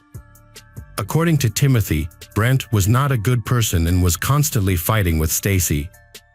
He even claimed to have witnessed an argument between them on the day of the incident. Timothy stated that he couldn't understand why Stacy was in a relationship with Brent, whom he believed did not love or respect her. When asked why he left the crime scene and hid, Timothy admitted that he was afraid of being arrested because he had not registered as a sex offender. However, Timothy's accusations against Brent lost credibility after the police received lab results showing that a drop of dried blood on Brent's shirt was actually his own, not Stacy's. With no evidence linking Brent to the crime, the focus of the investigation narrowed. Brent maintained that he had left the house, leaving only Stacy, Timothy, and Landon behind. 3-year-old Landon was clearly not capable of committing the crime and leaving a disturbing message on the wall. This led investigators to suspect that Timothy was hiding something. They noticed dried blood stains on Timothy's jeans and sent his clothes to the lab for further analysis. Timothy initially maintained that Brent was responsible for Stacy's death, but the investigators continued to question him. Eventually, he cracked under the pressure and revealed the truth. He explained that he had witnessed Stacy and Brent arguing on the night of her death, and Stacy had forgiven Brent as she always did. Timothy was angry with Stacy for forgiving Brent again. Later, after Brent had left, Timothy went to Stacy's bedroom to confront her. What transpired next is documented in court records without graphic details. On December 28, 2009, an argument broke out between Timothy and his cousin Stacy Smith at her home in St. Albans, West Virginia. The dispute began when Timothy made a comment about Stacy's boyfriend not treating her well. In response, Stacy called Timothy a junkie, which enraged him.